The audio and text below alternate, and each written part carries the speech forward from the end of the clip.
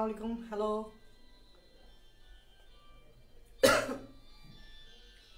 Hello, তোমরা আমার কথা শুনতে পারতেছো?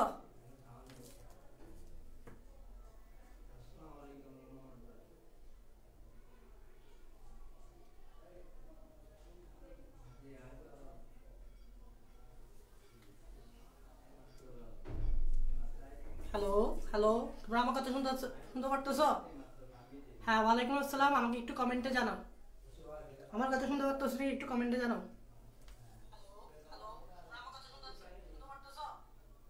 হ্যাঁ, ওয়ালাইকুম আসসালাম। আমাকে একটু কমেন্টে জানাও।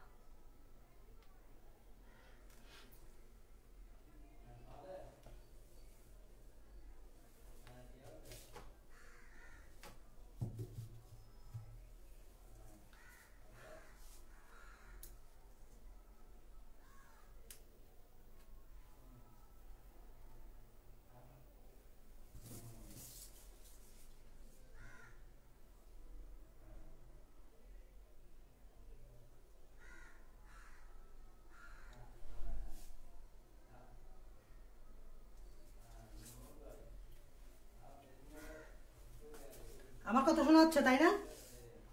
একটু আমাকে কমেন্টে জানাও যে আমার কথা শোনা যাচ্ছে কিনা।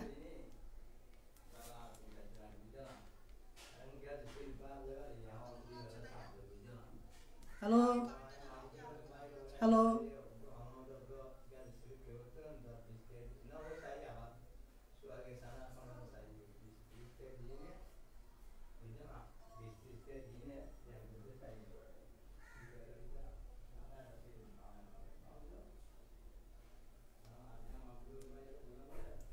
ওকে, তোমরা বাকিরা কই? বাকিদেরকে একটু বলো, বাকিদেরকে একটু বলো।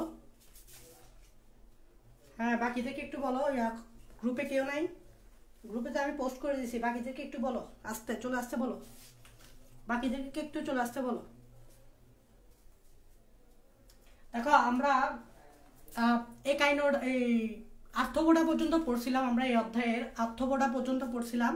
তো আজকে আমরা একাইনো ডানমাটা নিয়ে পড়বো, পর্ব 8। সেটা হচ্ছে কি একাই ন ডারমাটা। এই পর্বটা আমরা একটু পড়বো।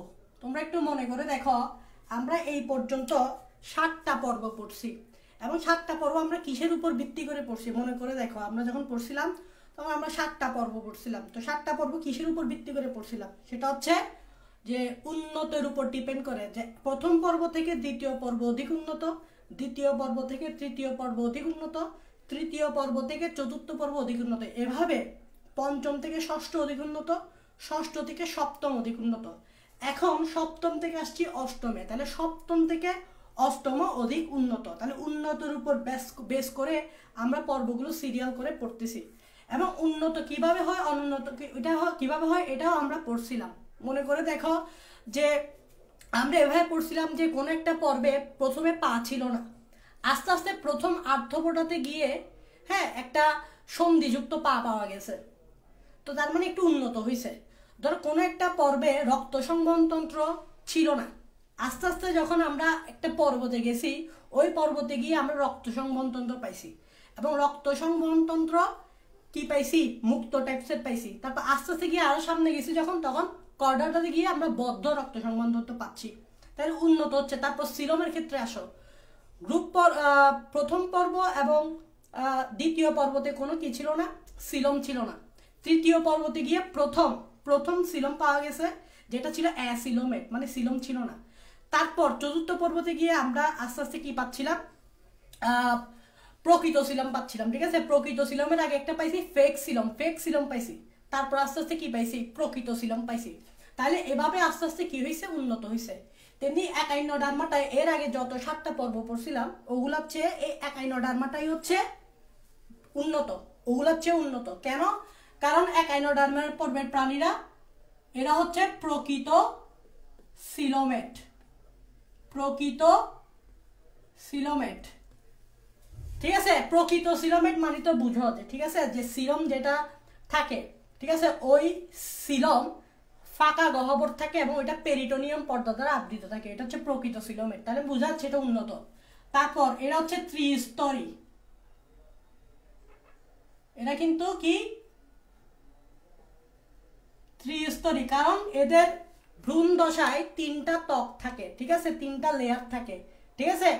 তো এটা হচ্ছে কি ত্রিস্তরী, ঠিক আছে। আচ্ছা, তারপর এটা আমরা বলতে পারি অঙ্গতন্ত্র মাত্রার প্রাণী, অঙ্গতন্ত্র মাত্রার প্রাণী। তোমরা জানো যে প্রথম দিকে আমরা শুধুমাত্র কোষ দেখছিলাম, কোনো টিস্যু দেখিনি, যেমন পরিফেরাতে শুধুমাত্র কোষ দেখছিলাম, কোনো টিস্যু দেখিনি। তারপর আমরা যখন নিডারিয়াতে গেছি, নিডারিয়া থেকে টিস্যু পাইছি, টিস্যু। তারপর এর পরে আস্তে আস্তে অঙ্গ পাইছি, তারপর অঙ্গ থেকে আসছে তন্ত্র। তো এই একাইনোডার্মাটা যেহেতু ওগুলো সবার চেয়ে উন্নত, ওগুলোর চেয়ে আগেরগুলোর চেয়ে উন্নত, তাহলে নিশ্চয়ই এই একাইনোডার্মাতে অঙ্গতন্ত্র থাকবে। দ্যাটস এরা উন্নত না, তার মানে ওদের তন্ত্র থাকবে, তার মানে এরা হচ্ছে অঙ্গতন্ত্র মাত্রার প্রাণী। তো কিসের বেসিসে আমি উন্নত বলতেছি, কিসের বেসিসে? সেটা হচ্ছে এগুলার বেসিসে। এর আগের পর্বগুলোতে দেখা যাচ্ছে কোনোটাতে কোষ ছিল শুধুমাত্র পরিফেরাতে, তারপর ছিল টিস্যু, তারপর আসছে অঙ্গ, তারপর আসছে তন্ত্র। তার মানে বুঝতেছো এই যে উন্নত বলতেছি অনুন্নত বলতেছি কিসের উপর ভিত্তি করে? এই জিনিসগুলোর উপর ভিত্তি করে। এবার আসো একাইনোডার্মাটা শব্দটাকে যদি আমরা ভাঙি, তাহলে একাইনোডার্মাটা শব্দটা হচ্ছে এরকম, একাইনাটাস, একাইনাটাস, ঠিক আছে। কি একাইনাটাস? একাইনাটাস অর্থ স্পাইনাস, মানে হচ্ছে কাটাময়। দেখো এটাকে যদি আমরা ভাঙি, প্লাস তারপর আমরা লিখতে পারি ডার্মা। ডার্মা মানে কি? ডার্মা মানে হচ্ছে স্কিন, স্কিন মানে হচ্ছে ত্বক, ঠিক আছে। আর তারপর হচ্ছে প্লাস বাকি দেখো আটা, এই আটা, আটা অর্থ কি? বহন করা। তাহলে একাইনোডার্মাটা শব্দের অর্থ কি? এমন কতগুলা প্রাণী যেগুলা ত্বকগুলা কাটাময়।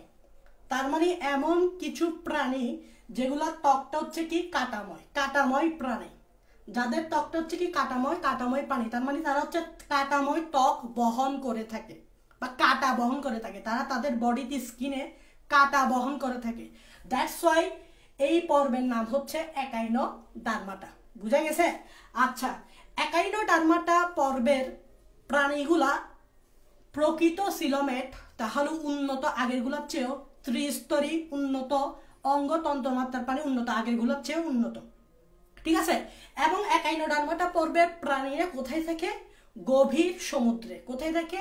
গভীর সমুদ্রে। তুমি মনে রাখবা একাইনোডার্মাটার যে সকল প্রাণীগুলো তুমি পাবা সকলগুলাই হচ্ছে সামুদ্রিক। একাইনোডার্মাটার সকল প্রাণীগুলো হচ্ছে সামুদ্রিক, তাও সামুদ্রিক না মানে গভীর, গভীর সামুদ্রিক। তার মানে সমুদ্রের একেবারে তলদেশে এই পর্বের প্রাণীগুলো থাকে। এখন একটা জিনিস চিন্তা করো যে সমুদ্রের তলদেশে থাকে মানে খুব গভীর সমুদ্রে, এবং গভীর সমুদ্রে থাকাটা কিন্তু খুব চ্যালেঞ্জিং একটা ব্যাপার।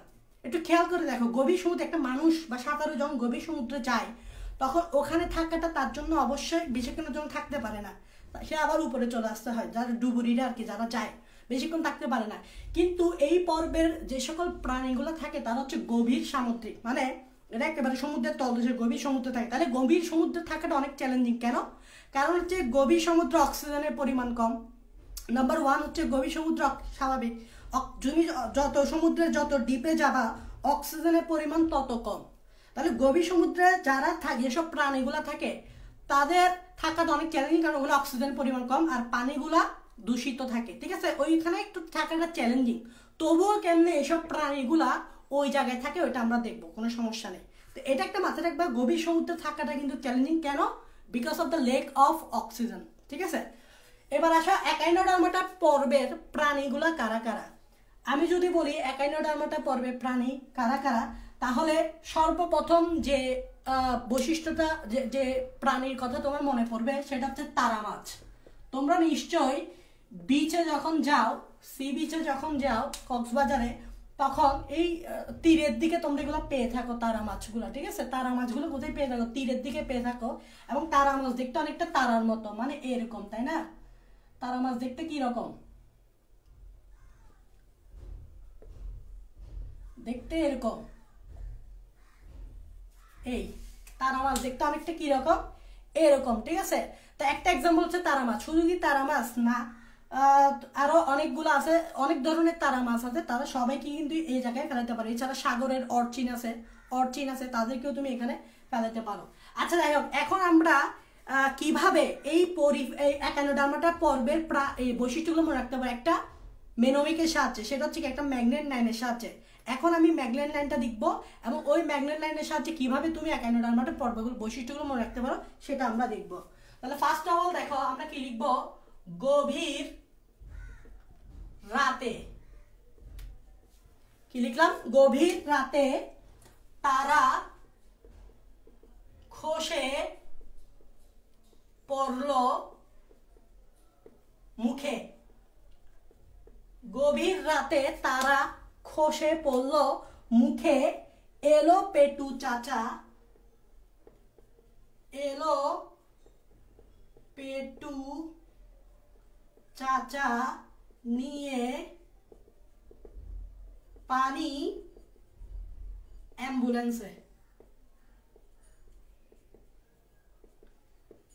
এই ইয়াটা তোমাকে একটু মনে রাখতে হবে, সেটা হচ্ছে কি, গভীর রাতে তারা খসে পড়লো মুখে, এলো পেটু চাচা নিয়ে পানি অ্যাম্বুলেন্সে। ঠিক আছে, এটা একটু মুখস্থ করে ফেলবা, মুখস্থ করে কোনো ব্যাপারই না, এটা ইজিলি মুখস্থ হয়ে যাবে। আবার বলি, গভীর রাতে তারা খসে পড়লো মুখে, এলো পেটু চাচা নিয়ে পানি অ্যাম্বুলেন্সে। এবার দেখো গভীর দ্বারা কি বোঝাচ্ছে, এরা গভীর সামুদ্রিক। একটু আগে আমি তোমাদেরকে বলছি যে এই পর্বের যতগুলো প্রাণী আছে সবাই সামুদ্রিক, শুধু সামুদ্রিক না, এরা হচ্ছে গভীর সামুদ্রিক, মানে সাগরের তলদেশে থাকে। ঠিক আছে, এবং আমি বলছি সাগরের তলদেশে থাকাটা অনেকটা চ্যালেঞ্জিং বিষয়। কেন? বিকজ ওখানে লেক অফ অক্সিজেন থাকে এবং পানিগুলা লাইফ সাস্টেনের জন্য যথেষ্ট যথা উপযুক্ত না পানিগুলা, তবুও এরা সার্ভাইভ করে কিভাবে, এটা হয়তো আমি একটু বলবো। ঠিক আছে, রাতে দিয়ে কি বোঝাচ্ছে, খুবই ইম্পর্টেন্ট লাইন, এটা পরীক্ষায় আসে, খুবই ইম্পর্টেন্ট লাইন। আমি এটা একটু মুছে দিচ্ছি, খুবই ইম্পর্টেন্ট লাইন। রাতে দিয়ে কি, সেটা হচ্ছে রেচনতন্ত্র নেই। রাতে দিয়ে কি বোঝাচ্ছে, এদের রেচন, খুবই ইম্পর্টেন্ট, পরীক্ষায় আসবে, নিচের কোন পর্বের প্রাণী রেচনতন্ত্র নেই। তখন তোমার যদি এটা মনে থাকে তখন তুমি কিন্তু এটা পরীক্ষায় আনসার করতে পারবা। একাইনোডার্মাটা পর্বের প্রাণীর রেচনতন্ত্র নেই, কিভাবে মনে রাখবা, রাতে দিয়ে। তোমরা আছো তো না? কোনো কি সমস্যা হচ্ছে লাইভের?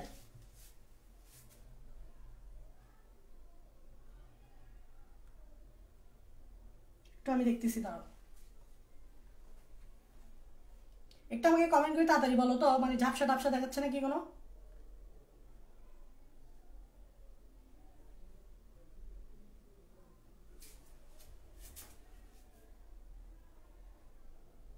না ঠিক আছে, ওকে,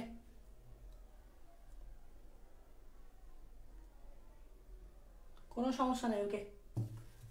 দেখো রেচনতন্ত্র নেই, এটা তো বুঝছো, একাইনোডার্মাটা রেচনতন্ত্র নেই। তবে আরেকটা জিনিস মনে রাখতে হবে, এদের রক্ত সংবহন তন্ত্র অনুপস্থিত। পাশে দিয়ে এটা লিখে রাখবা, রক্ত সংবহন তন্ত্র অনুপস্থিত, এই লাইনটা লিখে রাখবা। তার মানে তুমি এটা কিভাবে মনে রাখবা, র দিয়ে তো বুঝবা রেচনতন্ত্র নাই, এবং পাশে দিয়ে এটাও মনে রাখবা এদের রক্ত সংবহন তন্ত্র অনুপস্থিত। তবে রক্ত সংবহন তন্ত্র অনুপস্থিত থাকলে এটার বদলে ওদের যেটা থাকে সেটা হচ্ছে হিমাল ও পেরিহিমাল সংবহন তন্ত্র। হিমাল ও পেরিহিমাল সংবহন তন্ত্র থাকে। কোনটার বদলে? রক্ত সংবহন তন্ত্রের বদলে। তার মানে রাতে দিয়ে রেচনতন্ত্র নেই, রক্ত সংবহন তন্ত্র অনুপস্থিত। তবে রক্ত সংবহন তন্ত্র অনুপস্থিত থাকলেও ওটার বদলে যে জিনিসটা থাকে সেটা হচ্ছে হিমাল এবং পেরিহিমাল সংবহন তন্ত্র। ঠিক আছে, এই লাইনটা একটু মনে রাখবা। তারা দিয়ে কি, এটা কোনো বৈশিষ্ট্য না, তারা দিয়ে মনে রাখবা তারা মাছ। এক্সাম্পল কি, তারা মাছ। তারা দিয়ে কি মনে রাখবা, এক্সাম্পল কি, তারা মাছ। এই যে আমাদের তারা মাছ। ঠিক আছে, তারপর খসে দিয়ে কি মনে রাখবা, খণ্ডকায়ন অনুপস্থিত। তাহলে খসে দিয়ে কি মনে রাখবা, খণ্ডকায়ন অনুপস্থিত। এই যে আমরা পড়ছিলাম না যে প্রথম দিকে যে খণ্ডকায়ন, কোন কোন বডি বা কি হয়ে যায়, খণ্ড খণ্ড যুক্ত হয়ে যায়, যেমন আর্থ্রোপোডা, যেমন তেলাপোকা। ঠিক আছে, তারপর এর আগে আমরা যদি দেখি অ্যানিলিডা পর্বের প্রাণীগুলা, যেমন জোক, তারপর ক্যাচো, এদের কি থাকে, খণ্ড খণ্ড থাকে, কিন্তু এখানে কোনো খণ্ডকায়ন থাকে না। দ্যাটস ওয়াই খণ্ডকায়ন অনুপস্থিত বলতে পারে, এমসিকিউতে আসতে পারে। ঠিক আছে, তারপর আমি যদি বলি পর্ল দিয়ে কি, পর্ল দিয়ে হচ্ছে এরা পঞ্চ অরীয় প্রতিসম। এই লাইনটা ইম্পর্টেন্ট।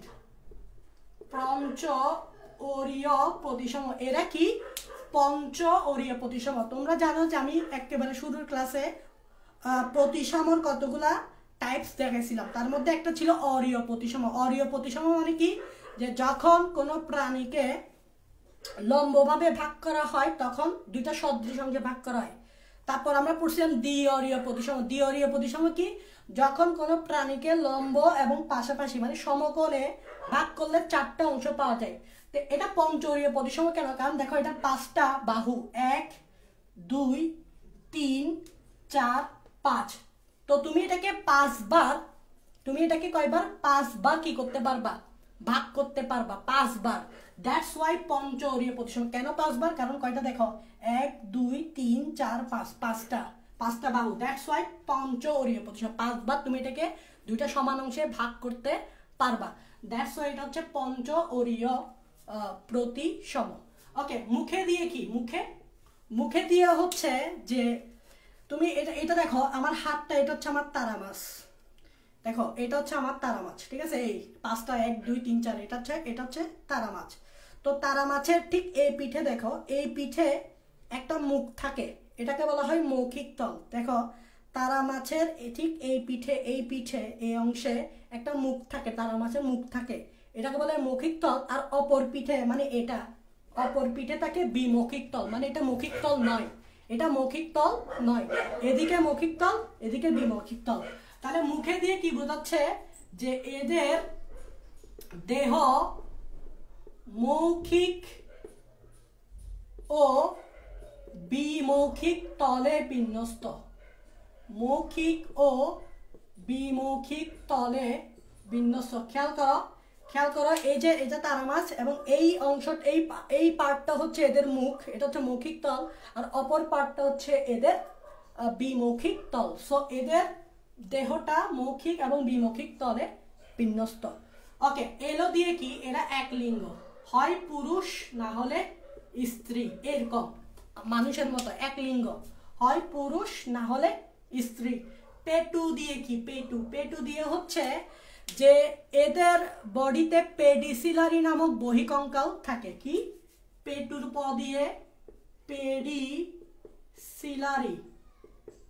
পেডিসিলারি নামক বহিকঙ্কাল থাকে। পেডিসিলারি নামক বহিকঙ্কাল থাকে কাদের, প দিয়ে পেডিসিলারি নামক বহিকঙ্কাল থাকে। বুঝা গেছে?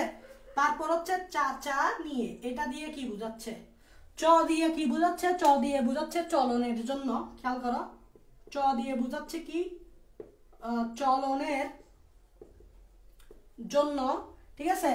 আর দন্তন্য দিয়ে কি বুঝাচ্ছে, দন্তন্য বুঝাচ্ছে হচ্ছে নালিকা পথ। তাহলে এদের চলনের জন্য নালিকা পথ আছে।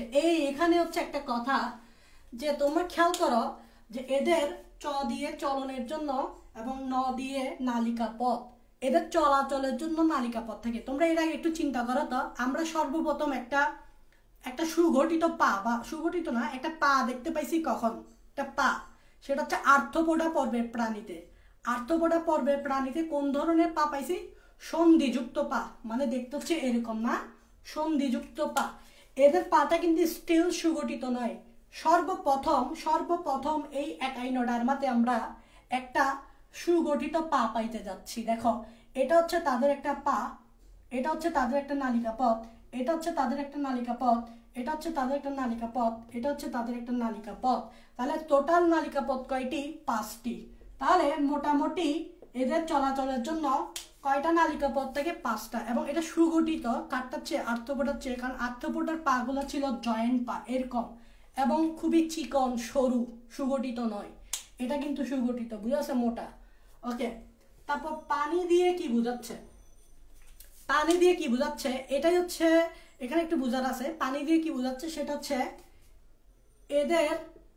এদের না বলি, এভাবে বলি যে উন্নত পানি সংবহন তন্ত্র, পানি সংবহন তন্ত্র আছে, এবং এটা হচ্ছে উন্নত পানি সংবহন তন্ত্র আছে এবং এটা হচ্ছে উন্নত। এবার চিন্তা করো এই কথাটা মানে কি, পানি সংবহন তন্ত্র উন্নত এই কথাটা মানে কি? ওই যে আমি বললাম যে একাইনোডার্মাটা পর্বে পানিগুলো গভীর সামুদ্রিক, মানে এটা খুবই গভীর সমুদ্রে বসবাস করে।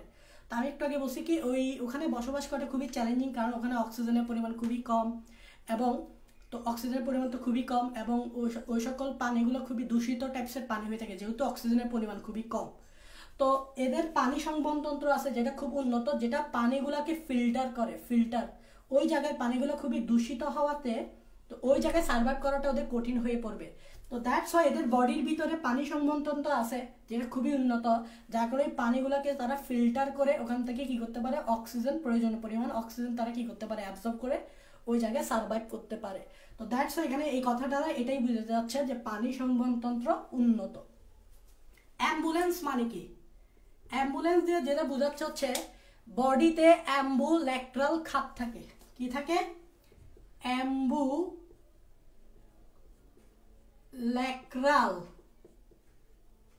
খাত থাকে। কয়টা? 5টা। কয়টা? 5টা। একটু বোঝাচ্ছে এটা, তার মানে অ্যাম্বুলেন্স দিয়ে কি বোঝাচ্ছে? অ্যাম্বুল্যাক্রাল খাত থাকে। কয়টা? 5টা। পরীক্ষায় আসবে। এবার আসে অ্যাম্বুল্যাক্রাল খাত মানে কি? দেখো এদের এদিক দিয়ে দেখো, এটা হচ্ছে তারা মাছ, এদের 5টা তালনালিকা পথ, এটা একটা, এটা একটা, এটা একটা, এটা একটা, এটা একটা। দেখো এখানে এভাবে খাত থাকে। খাত মানে বুঝো না, ওই যে খবরে বলে যে বাস গভীর খাদে পড়ে গেছে, তো ওইটাই খাত। দেখো এদিক দিয়ে একটা খাত, এদিক দিয়ে একটা খাত, গর্ত আর কি, হ্যাঁ, এদিক দিয়ে একটা খাত, এদিক দিয়ে একটা খাত, এবং এই খাতগুলা একটা জায়গায় গিয়ে মিলছে। এই খাতগুলা একটা জায়গায় মিলে এভাবে একটা গোলাকার গঠন তৈরি করছে। এটাকে বলা হয় কেন্দ্রীয় চাকতি। এটাকে বলা হয় কেন্দ্রীয় চাকতি। আর এই যে খাতগুলা এগুলোকে বলা হয় অ্যাম্বুল্যাক্রাল খাত। এই যে খাতগুলা এগুলোকে বলে অ্যাম্বুল্যাক্রাল। কয়টা? 5টা। 1 2 3 4 5। তাহলে এদের অ্যাম্বুল্যাক্রাল খাত থাকে। আর একটু সুন্দরভাবে করে এটা থাকার দরকারটা কি ওদের? এরকম অ্যাম্বুল্যাক্রাল খাত থাকে কেন? তোমরা একটু চিন্তা করো তো, যে ক্রিকেট খেলা অথবা ফুটবল খেলায় ওরা যখন বুটগুলা পরে, জুতাগুলা পরে, ওখানে স্পাইন থাকে, কাটা কাটা থাকে না, অনেক লম্বা লম্বা কাটা কাটা থাকে, যাতে ওরা স্লিপ না খায়। ওগুলো কেন ইউজ করে? ঘর্ষণের জন্য, যাতে ওখানে ঘর্ষণ কাজ করে। কারণ ওরা দৌড়াদৌড়ি করে মাঠের মধ্যে, তো দৌড়াদৌড়ি করলে ওদের স্লিপ খাওয়ার প্রবণতা বেশি। তো যাতে স্লিপ না খায় এজন্য ওখানে কাটা কাটা খাঁজ কিছু থাকে, খাঁজ, যাতে ঘর্ষণটা ভালোভাবে কাজ করে। তো এদের এখানেও এই অ্যাম্বুল্যাক্রাল খাত ওই জন্যই থাকে যে ওই খাত ওরা যখন কোনো জায়গার সাথে আটকে থাকে, তো ওই খাঁজগুলো যাতে ওখানে ঘর্ষণটা ক্রিয়েট করতে পারে, আর ঘর্ষণ ক্রিয়েট করলে ওরা ওই জায়গায় আটকে থাকতে পারবে, স্লিপ খাবে না। ধরো ওরা চলাচল করতেছে বা চলাচল করে কোনো একটা জায়গায় আটকে আছে, এখন আটকে থাকার জন্য একটা খাত, এই অ্যাম্বুল্যাক্রাল খাতটা কাজ করে। কিভাবে কাজ করে? ঘর্ষণ বাড়াই দেয়। ঠিক আছে, ওখানে ঘর্ষণ কি করে? সৃষ্টি করে, যার কারণে ওই জায়গায় তারা আটকে থাকতে পারে, ফলে এরা পিছলা খায় না। বোঝা গেছে জিনিসটা? অনেকটা ফুটবল খেলা অথবা ক্রিকেট খেলার যে বুটগুলা পরে, ওখানে যেরকম মাঠের মধ্যে ঘর্ষণ কাজ করে, যার কারণে ওরা স্লিপ খায় না, অনেকটা হচ্ছে এটা হচ্ছে সেটা। তো আশা করি বুঝতে পারছো যে অ্যাম্বুল্যাক্রাল খাতটা কি। ওকে, ভিডিও ঠিক আছে কিনা একটু দেখো, আমি একটু দেখি।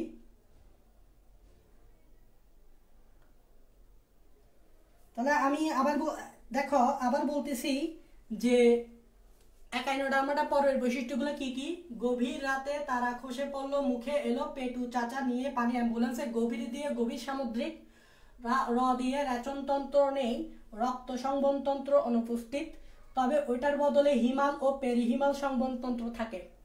তারা দিয়ে তারা মাছ, এক্সাম্পল মনে রাখবা। খসে দিয়ে খণ্ডকায়ন নাই, প দিয়ে পঞ্চৌরীয় প্রতিসম, এদেরকে 5 ভাগে ভাগ করা যায় 2টা সমান অংশে। মুখে দিয়ে এদের 2টা তল থাকে, একটা হচ্ছে মৌখিক তল, যেটা আমি বলছি এই যে এটা এই অংশটা মৌখিক তল, তারপর উপরের অংশটা হচ্ছে বিমৌখিক তল।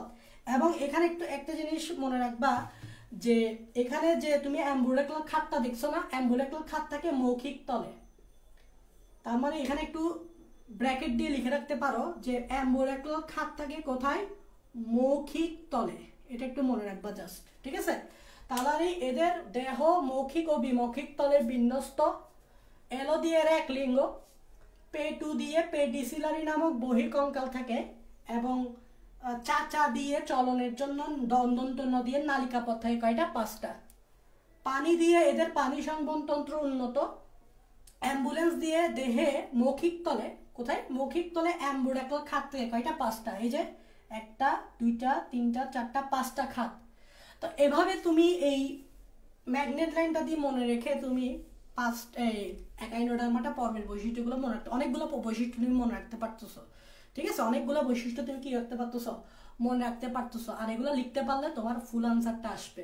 এবং এগুলো এমসিকিউর জন্য এখানে অনেক রকম তথ্য দেওয়া আছে। তো এমসিকিউ আসলে এই জায়গা থেকে আসবে, কোনো মিসিং নেই। এই জায়গা থেকে কি আসবে? এমসিকিউ আসবে, ঠিক আছে? তো আশা করি তোমরা একাইনোডার্মাটা পর্বে বুঝতে পারছো। এবং খেয়াল করে দেখো, একাইনোডার্মাটা কিন্তু এর আগের পর্বগুলো হচ্ছে উন্নত। কেন উন্নত? কারণ আমি বলছি আমি যত সামনে যাব, পর্ব যত সামনে আসবে, ওগুলো তত উন্নত হয়। তো এরকম প্রশ্ন আসে যে এই পর্বের চেয়ে এই পর্ব, মানে এই দুইটার মধ্যে কোনটা উন্নত ব্যাখ্যা করো। তো তোমরা তো জানবা কোনটা উন্নত, কারণ তুমি দেখবা যে কোনটা পরে আসতেছে। ধরো আমি যদি বলি আর্থ্রোপোডা আর অ্যানিলিডার মধ্যে কোনটা উন্নত, তুমি অবশ্যই আর্থ্রোপোডা বলবে, কারণ আর্থ্রোপোডা হচ্ছে গ্রুপ নাম্বার 7 আর অ্যানিলিডা হচ্ছে তোমার গ্রুপ নাম্বার 6। তো আর্থ্রোপোডা পরে, তো আর্থ্রোপোডা উন্নত। কেন উন্নত সেটা ব্যাখ্যা আশা করি বৈশিষ্ট্য দিয়ে দিতে হবে। দেখবা যে বৈশিষ্ট্য মধ্যে এই যে আমি বলছি এই কথাগুলো আসবে, যেমন দেখো সিলমের কথা আসবে, ত্রিস্তরী অঙ্গতন্ত্র, মাত্রা পানি, রক্ত সংবহনতন্ত্রের কথা আসবে। যাই হোক, বৈশিষ্ট্যগুলো লিখলেই চলবে, বুঝা গেছে? এরকম প্রশ্ন কিন্তু আসে। তো আশা করি একাইনোডার্মাটা পর্বটা তোমরা বুঝতে পারছো। এখন আমরা আমাদের লাস্ট পর্ব, আমরা যে পর্বতে আছি সেটা হচ্ছে কর্ডাটা। আমরা এখন কর্ডাটা পর্বতে কি হয়ে যাব? চলে যাব। তাহলে আমি এটা মুছে দিচ্ছি। তোমরা যদি কিছু না বুঝে থাকো, এটাতে যদি কোনো প্রশ্ন থাকে একটু কমেন্ট করো তাড়াতাড়ি।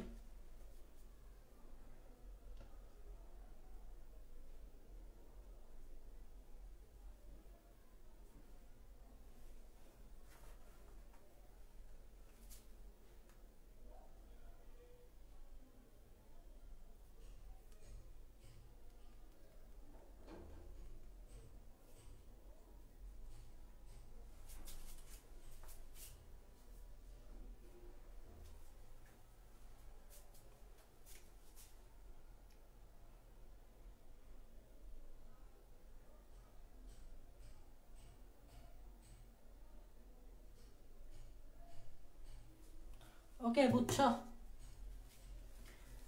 দেখো এবার আসো আমরা কর্ডাটা পর্বতে চলে যাই। আমরা কোথায় চলে যাই? কর্ডাটা পর্বতে চলে যাই।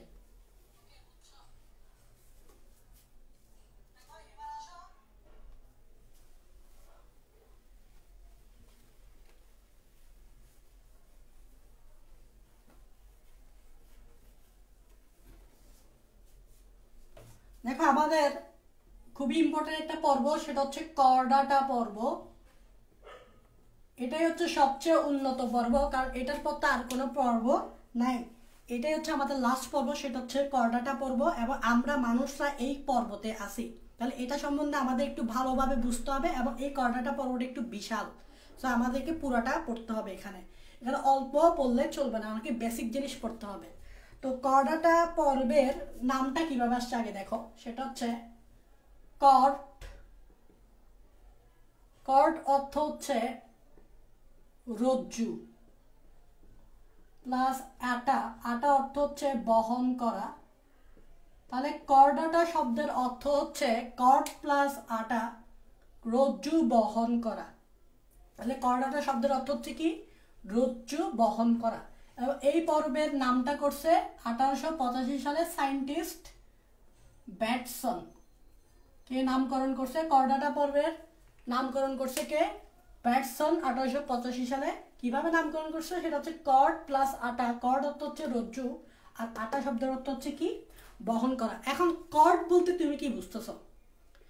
কর্ড বলতে তুমি কি বুঝতেছো? এই কর্ড কথাটা যখন পড়বা তখন একটা জিনিস তোমার মনে থাকবে, সেটা হচ্ছে নট কর্ড। খেয়াল করো, এই কর্ড শব্দটা তুমি যখন পড়বা তখন একটা শব্দ তোমার মনে পড়বে, সেটা হচ্ছে নট কর্ড।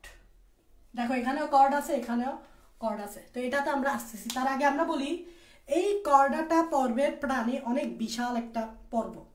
এবং এই কর্ডাটা পর্বকে কয়েকটা উপপর্বেও ভাগ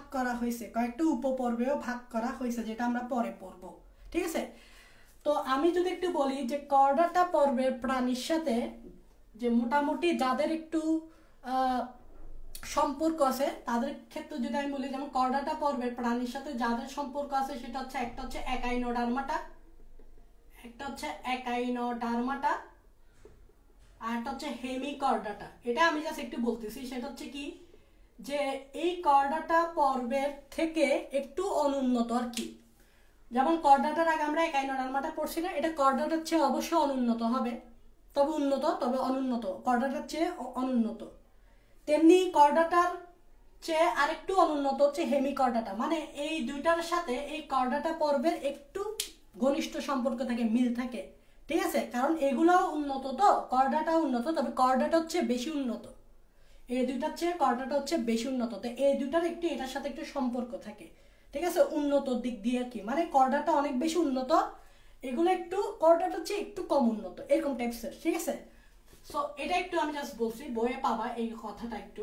তারপর আস্তে আস্তে একাইনোডার্মাটার পর আসছে হেমিকর্ডাটার পরে আসছে কি আমাদের এই কর্ডাটা।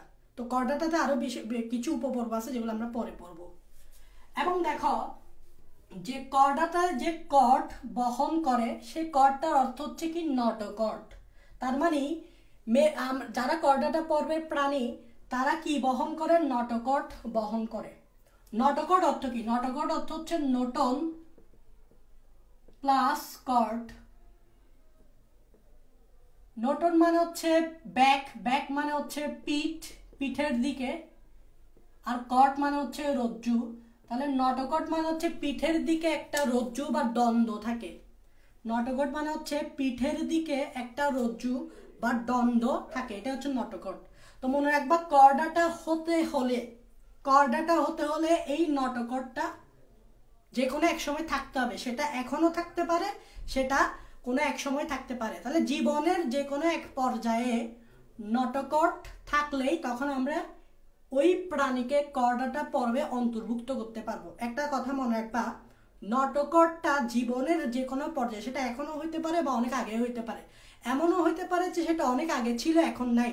জীবনের যে কোনো এক পর্যায়ে থাকলেই হইলো, সেটা এখন থাকতে হবে এমন কোনো কথা না। জীবনের যে কোনো একটা পর্যায়ে নটোকর্ড থাকলেই তাদেরকে আমরা কর্ডাটা পর্বে অন্তর্ভুক্ত করতে পারবো। তাহলে কর্ডাটা পর্বের অন্তর্ভুক্ত করতে পারবো কখন, যদি জীবনের কোনো এক পর্যায়ে নটোকর্ড থাকে। তাহলে আমি যদি এখানে একটু লিখি যে জীবনের কোনো না কোনো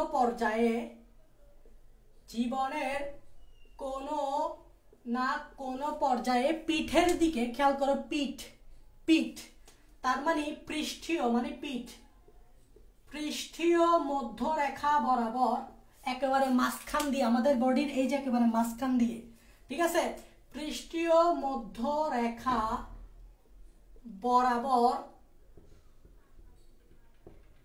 বরাবর, ঠিক আছে, যে নিরেট ফাঁপা নয়, মানে নিরেট ফাঁপা নয়, নিরেট স্থিতিস্থাপক,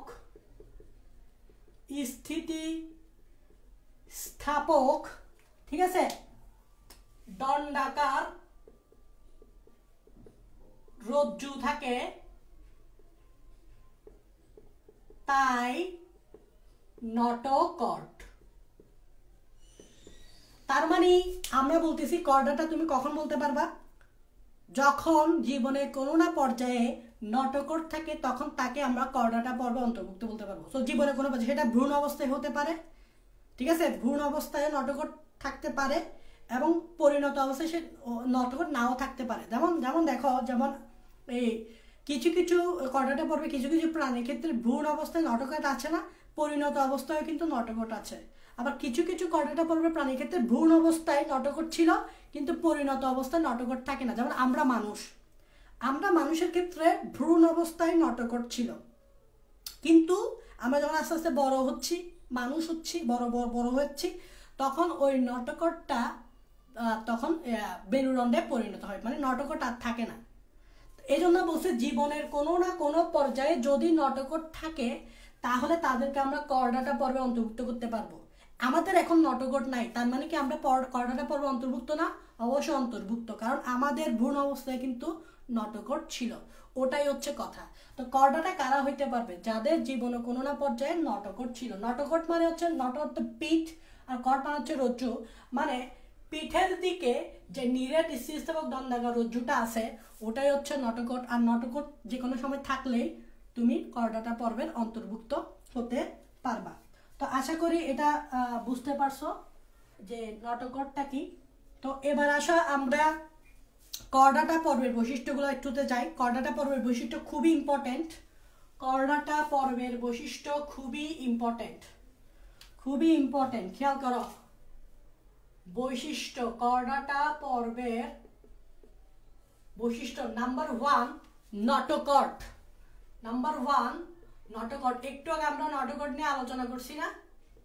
এই নটকট, তার মানে যারা কর্ডাটা পর্বের অন্তর্ভুক্ত তাদের জীবনের কোনো না কোনো পর্যায়ে এই নিরেট দণ্ডাকার স্থিতিস্থাপক রজ্জুটা থাকে, ঠিক আছে? তো এই নিরেট স্থিতিস্থাপক দণ্ডাকার বস্তুটা থাকে এবং এটাকে নটকট বলে। এবং এটা কাদের থাকবে? যারা কর্ডাটা পর্বের অন্তর্ভুক্ত। সেটা এখনো থাকতে পারে, ঠিক আছে, সেটা পরেও থাকতে পারে। আচ্ছা, এবার চিন্তা করো যে এই যে নটকটটা আমরা দেখতেছি, দেখো কিছু কিছু প্রাণীর ক্ষেত্রে যে নটকটটা থাকে, খেয়াল করো, এই নটকটটা কনভার্ট হয়ে মেরুদণ্ডে পরিণত হয়। এই লাইনটা একটু খেয়াল করো। দেখো কিছু কিছু প্রাণীর ক্ষেত্রে যেমন দেখো ভ্রূণ অবস্থায়, খেয়াল করো এটা হচ্ছে ভ্রূণ অবস্থায়। কিছু কিছু প্রাণীর ক্ষেত্রে ভ্রূণ অবস্থায় নটকট ছিল, যখন এটা পরিণত প্রাণী হইছে তখন পরিণত প্রাণীর ক্ষেত্রে নটকটটা কনভার্ট হয়ে মেরুদণ্ডে কি হয়েছে? পরিণত হয়েছে। খেয়াল করো, ভ্রূণ অবস্থায় নটকট ছিল, কিন্তু কনভার্ট হয়ে যখন পরিণত প্রাণী হচ্ছে নটকটটা কনভার্ট হয়ে কি হয়ে যাচ্ছে? মেরুদণ্ড হয়ে যাচ্ছে। তখন ওই ধরনের প্রাণীকে আমরা বলি মেরুদণ্ডী প্রাণী। তখন আমরা এদেরকে কি বলি? মেরুদণ্ডী প্রাণী, যেমন মানুষ। তাহলে খেয়াল করো তো ভাই, আমাদের কি নটকট ছিল না? ছিল। কখন? যখন আমরা ভ্রূণ অবস্থায় ছিলাম তখন আমাদের নটকট ছিল। যখন আস্তে আস্তে আমরা বড় হয়ে গেছি, মানে ভ্রূণ থেকে মানুষ হয়ে গেছি, তখন এটা কি হয়ে গেছে? মেরুদণ্ডে প্রতিস্থাপিত হয়ে গেছে। বুঝে গেছে? তো এই জন্য আমাদেরকে বলা হয় মেরুদণ্ডে প্রাণী, কারণ আমাদের নটকটটা মেরুদণ্ডে কি হয়? পরিণত হয়। এটা মাথায় রাখতে হবে। তো অনেক প্রাণীর ক্ষেত্রে কি হয়? অনেক প্রাণীর ক্ষেত্রে ভ্রূণ অবস্থায় নটকট ছিল না, সেটা আজীবনই নটকট থেকে গেছে। ভ্রূণ অবস্থায় নটকট ছিল না, সেটা আজীবনই নটকট থেকে গেছে, মেরুদণ্ড হয় নাই। তারাও কিন্তু কর্ডাটা, কারণ তাদেরও নটকট আছে, আমাদেরও কিন্তু নটকট আছে, বাট এখন নাই, ভ্রূণ অবস্থায় ছিল। এই জন্য ডেফিনেশনে বলছে জীবনের কোনো না কোনো পর্যায়ে নটকট থাকলেই তোমরা কর্ডাটা পর্বে অন্তর্ভুক্ত করতে পারবে। এই জন্য আমরা কর্ডাটা পর্বের অন্তর্ভুক্ত, কারণ আমাদের ভ্রূণ অবস্থায় নটকট ছিল কিন্তু এখন নাই। এখন নটকটটা মেরুদণ্ডে কি হয়ে গেছে? কনভার্ট হয়ে গেছে। তো আশা করি এই নটকট আর মেরুদণ্ড জিনিসটা বুঝছো। এটা অবশ্য কর্ডাটা পর্বের একটা বৈশিষ্ট্য। 2 নম্বর বৈশিষ্ট্য যেটা, সেটা হচ্ছে নার্ভ কর্ড। সেটা হচ্ছে কি? নার্ভ কর্ড, বা বাংলায় বললে স্নায়ু রজ্জু। এটা একটু বোঝার চেষ্টা করো যে স্নায়ু রজ্জু বা নার্ভ কর্ডটা কি। খেয়াল করো, আমরা একটু আগে কি বললাম? নটকট থাকে। এবং কর্ডাটা পর্বে আরেকটা বৈশিষ্ট্য হচ্ছে নটকর্ডের পাশাপাশি এখানে আরেকটা কর্ড থাকে, সেটা হচ্ছে নার্ভ কর্ড। এবং খেয়াল করো যে আমাদের নটকটটা, ধরো এটা হচ্ছে আমাদের একটা নটকট, আমি ছবিটা একটু দেখাবো কিরকম। এটা হচ্ছে আমাদের নটকট, ঠিক আছে? এবং ঠিক নটকর্ডের ঠিক উপরে, একটু খেয়াল করো, এটা হচ্ছে আমাদের নটকট। এবং হাতের এই নটকটটা, আমার হাতটা হচ্ছে নটকট, এবং হাতের এই পাশে মার্কারটাকে চিন্তা করো। তাহলে এটা হচ্ছে নটকট, আর হাতের ঠিক উপরে যেটা দেখতেছো এটা হচ্ছে নার্ভ কর্ড। তাহলে নটকর্ডের, যারা আমি এখানে লিখে দিচ্ছি, এটা হচ্ছে কি? নটকর্ড। নটকর্ডের ঠিক উপরে একটা ফাঁপা নলাকার একটা রজ্জু দেখা যাচ্ছে। খেয়াল করো, এই দেখো নটকর্ডের ঠিক উপরে, খেয়াল করো, নটকর্ডের ঠিক উপরে একটা ফাঁপা, ফাঁপা মানে বুঝো ভিতরে খালি জায়গা আছে। এটা নটোকর্ড কিন্তু নিরেট, মানে ভিতরে খালি জায়গা নাই। কিন্তু নার্ভ কর্ড হচ্ছে ফাঁপা, ফাঁপা মানে ভিতরে খালি জায়গা আছে।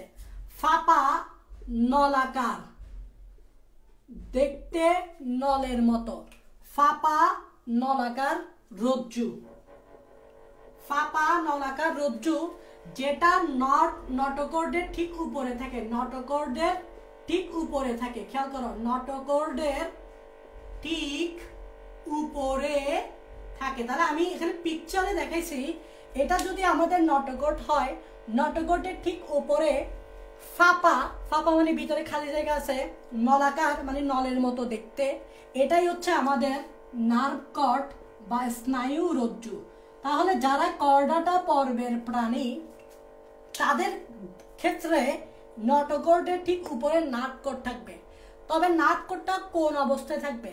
তো এখানে লিখে রাখতে পারো যে নার্ভ কর্ডটা থাকবে ভ্রূণ অবস্থায়, ভ্রূণাবস্থায়। খেয়াল করো নার্ভ কর্ডটা কোন অবস্থায় থাকে, নটোকর্ড কোন অবস্থায় থাকে, এটা আগে চিন্তা করো। নটোকর্ড কোন অবস্থায় থাকে? নটোকর্ড নিশ্চয়ই ভ্রূণ অবস্থায় থাকে। তাহলে নটোকর্ড যদি ভ্রূণ অবস্থায় থাকে, তাহলে নার্ভ কর্ডও কোন অবস্থায় থাকবে? ভ্রূণ অবস্থায়। তাহলে কথা হচ্ছে ভাইয়া, মেরুদণ্ডী প্রাণীর ক্ষেত্রে মানে যারা আমরা মানুষ, তাদের ক্ষেত্রে কি ভ্রূণ অবস্থায় যদি নার্ভ কর্ড থাকে, সেটা কি কোনো কিছুতে কনভার্ট হয়ে যায়?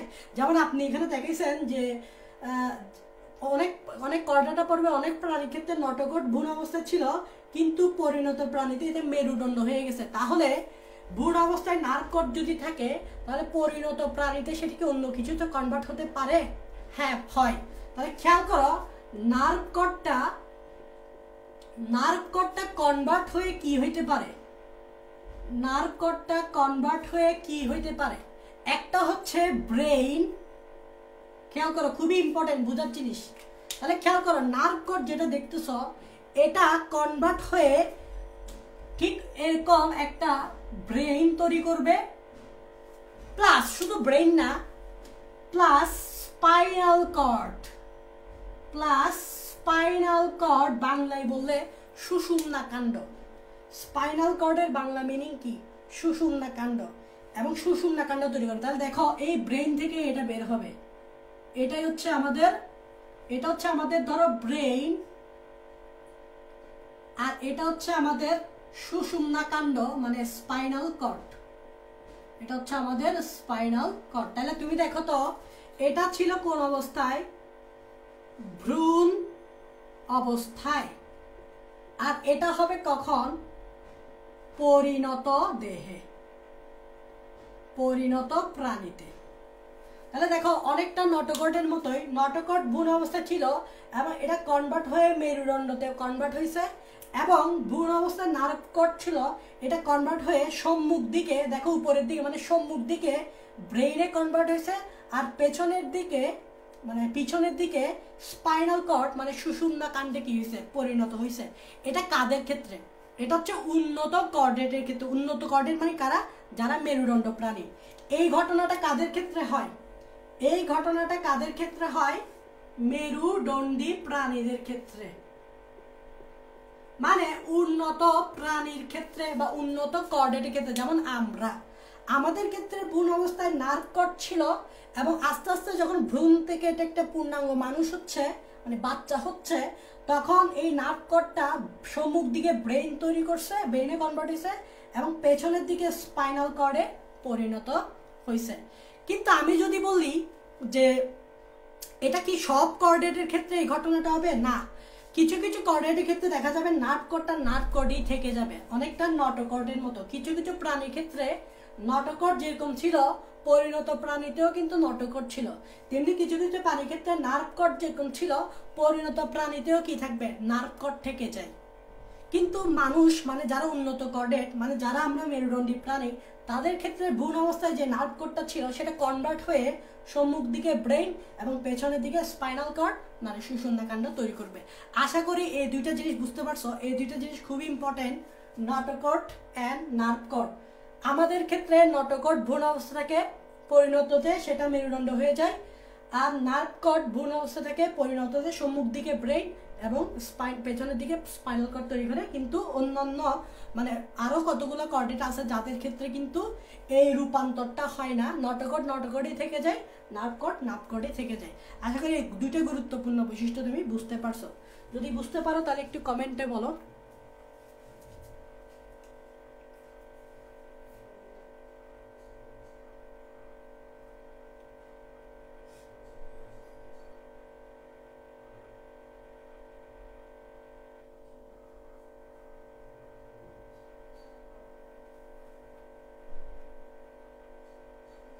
বুঝছো?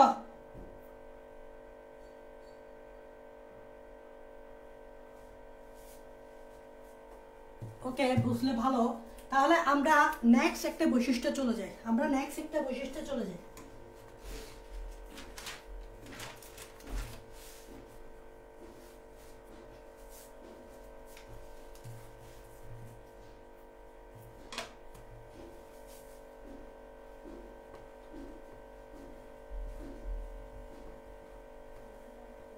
দেখো 3 নাম্বার কি, 3 নাম্বার বৈশিষ্ট্য কি? 3 নাম্বার বৈশিষ্ট্য হচ্ছে গলবিলীয় ফুলকারন্ধ। গলবিলীয় ফুলকারন্ধ, এটাও খুবই ইম্পর্টেন্ট, খেয়াল করো। তোমরা সবাই ফুলকা চিনো, যে ফুলকা আমরা বলি যে যেটা শ্বসনে ইউজ হয়, শ্বসনে যে মেইন অঙ্গ থাকে ফুলকা এবং ফুসফুস বলে থাকি। মানুষের ক্ষেত্রে আমরা ফুসফুস বলি, এবং ফুলকা ওটা মাছের ক্ষেত্রে আমরা ফুলকা বলি। আর রন্ধ্র মানে হচ্ছে ছিদ্র। তোমরা একটু খেয়াল করো যে এর আগে যে পর্বগুলো আমরা পড়ছি ওখানে শ্বসনের জন্য কিন্তু ফুলকা ইউজ হয়েছিল। খেয়াল করো, এর আগে যে পর্বগুলো আমরা পড়ছিলাম ওখানে শ্বসনের জন্য ফুলকা ইউজ হয়েছিল, কিন্তু ওখানে ফুলকা রন্ধ্র ছিল না, মানে ফুলকাতে কোনো ছিদ্র ছিল না। এই প্রথম কর্ডাটা পর্বের প্রাণীতে ফুলকার ভিতরে রন্ধ্র দেখা গেছে। ফুলকার ভিতরে কি দেখা গেছে? রন্ধ্র দেখা গেছে। আবার এটা কোথায় থাকে? এটাকে গলবিলীয় কেন? এটা ঠিক গলবিলের পাশে থাকে। গলবিল তো চিনো, তোমার যেদিক দিয়ে তোমার খাবার যাওয়া যায় আর কি। এই যে আমরা যখন খাবার খাই, যখন এই জায়গা দিয়ে যখন খাবার ঢুকে অন্ন নালীতে ঢুকার আগ মুহূর্ত যেটা, সেটা হচ্ছে গলবিল। এবং গলবিলের পাশে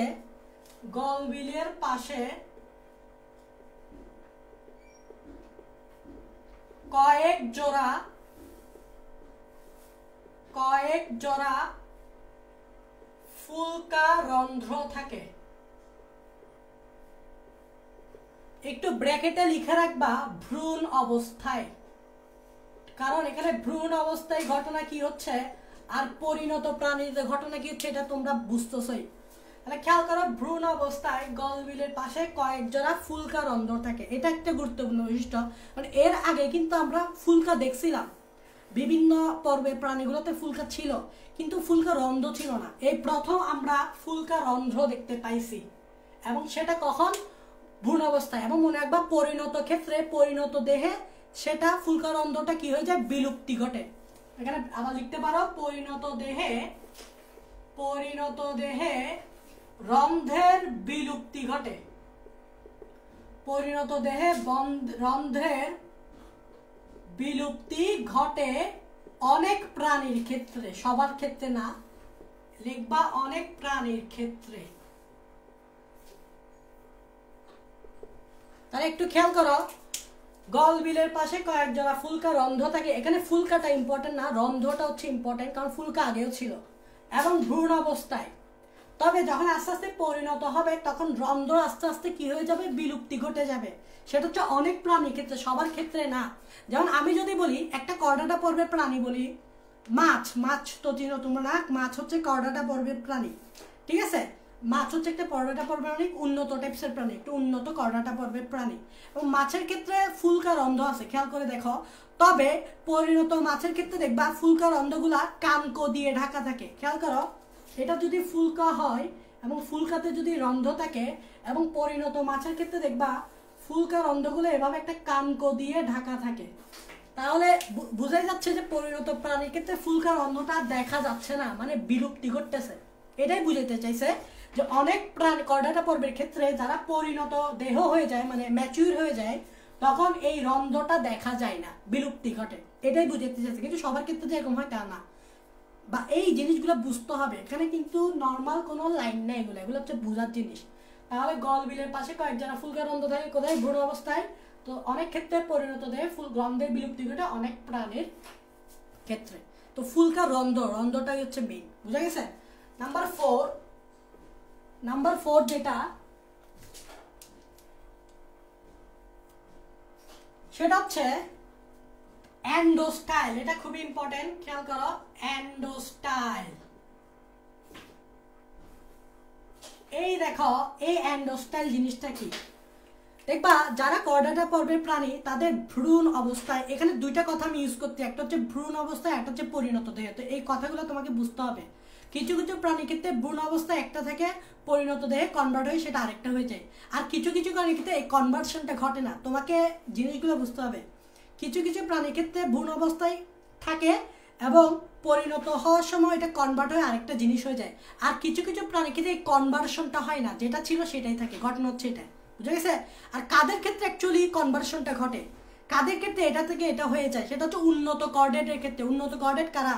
আমরা যারা মেরুদণ্ডী প্রাণী, যারা মেরুদণ্ড প্রাণী তাদের ক্ষেত্রে কনভার্সনটা ঘটে, অন্যদের ক্ষেত্রে কনভার্সনটা ঘটে না। যারা একটু অনুন্নত কর্ডেট তাদের ক্ষেত্রে কিন্তু ঘটে না, বুঝা গেছে? যারা উন্নত কর্ডেট মানে মেরুদণ্ডী প্রাণী তাদের ক্ষেত্রে কনভার্সনটা ঘটে, এটা বুঝতে হবে। এবার আসে এন্ডোস্টাইল কি? ভ্রূণ অবস্থায়, খেয়াল করো, ভ্রূণ অবস্থায় গলবিলের নিচে এন্ডোস্টাইল অঙ্গ থাকে। এন্ডোস্টাইল নামক একটা অঙ্গ থাকে। ভ্রূণ অবস্থায় এন্ডোস্টাইল নামক একটা অঙ্গ থাকে, এবং মেরুদণ্ডী প্রাণীদের ক্ষেত্রে যারা উন্নত কর্ডেট তাদের ক্ষেত্রে পরিণত দেহে, দেখো আমি বারবার এই লাইনগুলো ইউজ করতেছি, পরিণত দেহে এটি থাইরয়েড গ্রন্থিতে রূপান্তরিত হয়। থাইরয়েড গ্রন্থিতে রূপান্তরিত হয়। দেখছো, ওই যে যারা উন্নত কর্ডেট মানে যারা মেরুদণ্ডী প্রাণী তাদের ক্ষেত্রে এন্ডোস্টাইল যেটা ভ্রূণ অবস্থা ছিল, যখন তারা বাচ্চা হয়ে যাবে, পরিণত দেহ হয়ে যাবে, তখন কিন্তু ওই এন্ডোস্টাইলটা থাকবে না, ওটা থাইরয়েড গ্রন্থি হয়ে যাবে। আর থাইরয়েড গ্রন্থি তোমরা চিনো না? ঠিক গলবিলের নিচে এখানে থাইরয়েড গ্রন্থি থাকে। এটা কিন্তু তোমরা পড়ছো। থাইরয়েড গ্রন্থি কোথায় থাকে? ঠিক গলবিলের নিচে। এবার আমরা উন্নত না, আমরা একটু বেস্ট এক্সাম্পল। আমাদের ভ্রূণ অবস্থায় এটা কিন্তু থাইরয়েড গ্রন্থি ছিল না, এটা ছিল এন্ডোস্টাইল। কিন্তু আমরা যখন একটা বাচ্চা হয়ে গেছিলাম, মানুষ হয়ে গেছিলাম পূর্ণাঙ্গ, তখন কিন্তু এটা এখন আর এন্ডোস্টাইল নাই, এটা এখন থাইরয়েড গ্রন্থি। তো এটা বুঝাচ্ছি, উন্নত কর্ডেটের ক্ষেত্রে রূপান্তরটা ঘটে, কিন্তু অনুন্নত কর্ডেটের ক্ষেত্রে রূপান্তরটা ঘটে না, ওটাই বুঝাতে চাচ্ছি। তো আশা করি বুঝতে পারতেছো, ঠিক আছে? একটা পিকচার আমি আঁকি, ভ্রূণ অবস্থায় একটা পিকচার আঁকি। তোমরা তোমাদের বইয়ের দিকে তাকাও, একটা পিকচার দেখবা ভ্রূণ অবস্থায়। তো আমি যদি এখানে একটু আঁকি, জিনিসটা আমি এখানে এঁকে দেখাতে পারি। দেখো এখানে আমি জাস্ট একটু ছোট করে দেখাতে পারি।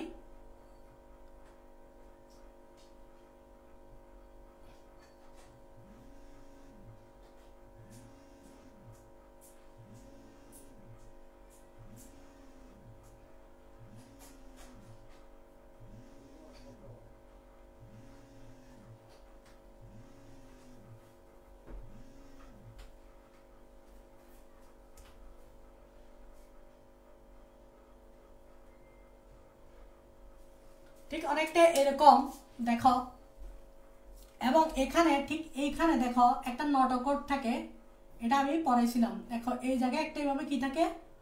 নটকট থাকে। এটা হচ্ছে আমাদের কি? নটকট। আর নটকটের উপরে কি থাকে? নটকটের উপরে একটা মেরুরজ্জু থাকে, তাই না? সরি, নার্ভ কট থাকে। খেয়াল করে দেখছো, আমরা কিন্তু এটা পড়াই ফেলছি। এই দেখো এখানে কি থাকে? নটকট থাকে। নটকটের ঠিক উপরে নার্ভ কট থাকে, স্নায়ুরজ্জু। এটা হচ্ছে নটকট, আর এটার উপর হচ্ছে নার্ভ কট মানে স্নায়ুরজ্জু। এবং খেয়াল করো, একটু খেয়াল করো, এই জায়গাটা দেখো, এই জায়গা, ঠিক এই জায়গাটা দেখো, এটা হচ্ছে আমাদের মুখ। ভ্রূণ অবস্থার কথা বলছি, এই মুখের ঠিক এই জায়গাটাই হচ্ছে আমাদের এন্ডোস্টাইল। এই জায়গাটা হচ্ছে এন্ডোস্টাইল, এই জায়গাটা হচ্ছে এন্ডোস্টাইল। আর এন্ডোস্টাইলের ঠিক উপরে এখানে কতগুলো ছিদ্র দেখবা, ঠিক আছে? এটা হচ্ছে ফুলকারন্ধ্র, এই জিনিসগুলো হচ্ছে ফুলকারন্ধ্র। তাহলে পজিশনগুলো একটু বোঝার চেষ্টা করো। এন্ডোস্টাইল দেখো গলবিলের, এটা হচ্ছে মুখ, গলবিলের ঠিক নিচে দেখছো এই অ্যান্ডোস্টাইল এটা ভ্রূণ অবস্থায়, কিন্তু পরিণত এটা কি হয়ে যায়, থাইরয়েড গ্রন্থি হয়ে যায়। আর এটা হচ্ছে ফুলকারন্ধ্র, একটু আগে আমরা ফুলকারন্ধ্র বলছি না, এই যে দেখো এটা হচ্ছে ফুলকারন্ধ্র ছিদ্র। তো আশা করি বুঝতে পারতেছ, অ্যান্ডোস্টাইল বুঝতে পারছো। তারপর নাম্বার 5 বৈশিষ্ট্য আমরা চলে যাই। নাম্বার 5 সেটা হচ্ছে, এখন একটু এগুলো বেসিক জিনিস, তো আগে বেসিকটা ক্লিয়ার করো। মুখস্থ করবা কি না করবা না এটা পরের কথা, আর এগুলো মুখস্থ করতে হয় না, এগুলো বেসিক যদি তোমার ক্লিয়ার থাকে তুমি এগুলো নিজে নিজে লিখতে পারবা, বুঝছো? বেসিকটা ক্লিয়ার রাখো। নাম্বার 5 কি? নাম্বার 5 হচ্ছে রক্ত সংবহন তন্ত্র। এটা খুবই দেখো, এটা খুবই ইম্পর্টেন্ট। এখানে আমি কিছু জিনিস তোমাদেরকে আমি পড়াবো এক্সট্রা। রক্ত সংবহন তন্ত্র কোন ধরনের? মনে রাখবা, এদের রক্ত সংবহন তন্ত্র বদ্ধ ধরনের। এদের রক্ত সংবহন তন্ত্র কি বদ্ধ ধরনের? তোমরা জানো রক্ত সংবহন তন্ত্র মূলত 2 টাইপস, একটা হচ্ছে মুক্ত আর একটা হচ্ছে বদ্ধ, ঠিক আছে? আরেকটা পাবা অর্ধমুক্ত, সেটা হচ্ছে মলাস্কা পর্বে প্রাণী ক্ষেত্রে, ওটা আমি বলবো, সমস্যা নেই। দেখো মুক্ত এবং বদ্ধ খেয়াল করবা, তার মধ্যে করডাটা পর্বে যে সকল প্রাণী তাদের রক্ত সংবন্ধ বদ্ধ। বদ্ধ মানে কি সেটা হচ্ছে, তোমরা জানো রক্ত যায় হৃৎপিণ্ড থেকে বিভিন্ন ধমনী শিরার মধ্য দিয়ে বিভিন্ন অঙ্গ চলে যায়, আবার বিভিন্ন অঙ্গ থেকে ধমনী শিরার মধ্য দিয়ে রক্ত হৃৎপিণ্ডে যায়। এবং কখনোই এরকম শুনছো যে রক্ত হৃৎপিণ্ড এবং ধমনী শিরার বাদে আর কোনো জায়গায় গেছে? কখনো কি এরকম কোনো কিছু শুনছো বা দেখছো যে রক্ত কখনো ধমনী শিরার মধ্য দিয়ে বের হয়ে অন্য জায়গায় চলে গেছে? তার মানে রক্ত সবসময় ধমনী শিরার মধ্য দিয়ে গিয়ে হৃৎপিণ্ডে যায়, আবার হৃৎপিণ্ড থেকে ধমনী শিরার মধ্য দিয়েই বিভিন্ন অঙ্গ প্রত্যঙ্গতে যায়। তার মানে এটা শুধুমাত্র বদ্ধ অবস্থায় আছে, এবং কোনো দেহ গহ্বরে এটা উন্মুক্ত হয় না। আমাদের দেহ গহ্বরে রক্ত কি হয় না, উন্মুক্ত থাকে না, বুঝা গেছে? তো এটাই হচ্ছে বদ্ধ টাইপসের, এটা হচ্ছে কি বদ্ধ ধরনের। তো আমি একটু রক্ত সংবহন তো বুঝাবো, সমস্যা নাই। তো এদের রক্ত সংবহন তন্ত্র হচ্ছে কি বদ্ধ ধরনের।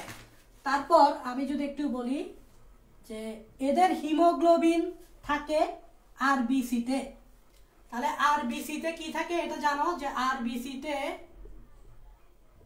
হিমোগ্লোবিন থাকে। খেয়াল করো, আরবিসিতে হিমোগ্লোবিন থাকে। একটা জিনিস খেয়াল করো, এর আগে আমরা যত পর্ব পড়ছিলাম ওখানে কিন্তু হিমোগ্লোবিন ছিল না, বা হিমোগ্লোবিন থাকলেও ওটা রক্তরসে দ্রবীভূত থাকে। তো এখানে একটু লিখতে পারো, এর আগের পর্বে এইচবি মানে হিমোগ্লোবিন পাওয়া যায়নি। পাওয়া গেলেও, যদিও পাওয়া গেলেও তা রক্তরসে দ্রবীভূত থাকে।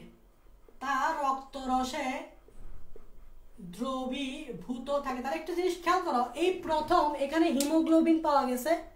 খেয়াল করো, আরবিসিতে হিমোগ্লোবিন পাওয়া গেছে। এর আগের পর্বগুলোতে এরকম কিছু জিনিস ছিল না। আর যদি পাওয়া যায়ও, ওই হিমোগ্লোবিনগুলো রক্তরসে দ্রবীভূত থাকে। কিন্তু করোনা পর্বে কিন্তু দেখো হিমোগ্লোবিনগুলো রক্তরসে কিন্তু দ্রবীভূত থাকে না, ঠিক আছে? তো এটা হচ্ছে একটা কথা। তো এটা জিনিস একটু মাথায় রাখবা যে রক্ত সংবহন তন্ত্র কি বদ্ধ, এটা হচ্ছে মেইন পয়েন্ট। এবং আরবিসিতে কি থাকে, হিমোগ্লোবিন থাকে। আরেকটা ইম্পর্টেন্ট লাইন, এদের পোর্টাল সংবহন তন্ত্র বিদ্যমান। পোর্টাল তন্ত্র বিদ্যমান, এই লাইনটা ইম্পর্টেন্ট, মানে কি বুঝতে হবে। পোর্টাল তন্ত্র মানে কি এটাও বুঝতে হবে। তো তার আগে আমি তোমাদেরকে একটা জিনিস বুঝাই। একটু এখানে দেখো, আমার একটু এখানে ফোকাস করো, একটু ফোকাস করো যে রক্ত সংবহন তন্ত্র জিনিসটা আমি একটু তোমাদেরকে আলাদা করে বুঝে যাচ্ছি। তারপর পোর্টাল, এই দুইটা জিনিস বলবো। একটা হচ্ছে রক্ত সংবহন তন্ত্র বদ্ধ ধরনের বা মুক্ত ধরনের বলতে কি বুঝায়, তারপর পোর্টাল তন্ত্র বলতে কি বুঝায়। বেসিক জিনিস, কিন্তু এগুলো মুখস্থ করলে এমনি তো মুখস্থ করে যেতে পারবা, সমস্যা নেই। কিন্তু পোর্টাল তন্ত্র বলতে কি বুঝাচ্ছে, রক্ত সংবহন তন্ত্র বদ্ধ বলতে কি বুঝাচ্ছে, এগুলো তো একটু বুঝতে হবে। তাহলে একটু খেয়াল করো, রক্ত সংবহন তন্ত্র এখানে লিখি, হ্যাঁ আপাতত দেখো, রক্ত সংবহন তন্ত্র মূলত 2 ধরনের। একটা হচ্ছে মুক্ত আর একটা হচ্ছে বদ্ধ। খেয়াল করো, রক্ত সংবহন তন্ত্র মূলত 2 ধরনের, মুক্ত বদ্ধ, আরেকটা পাবো অর্ধমুক্ত। তো অর্ধমুক্ত ঠিকটা আমি আলাদা করে পরে বলে দিব।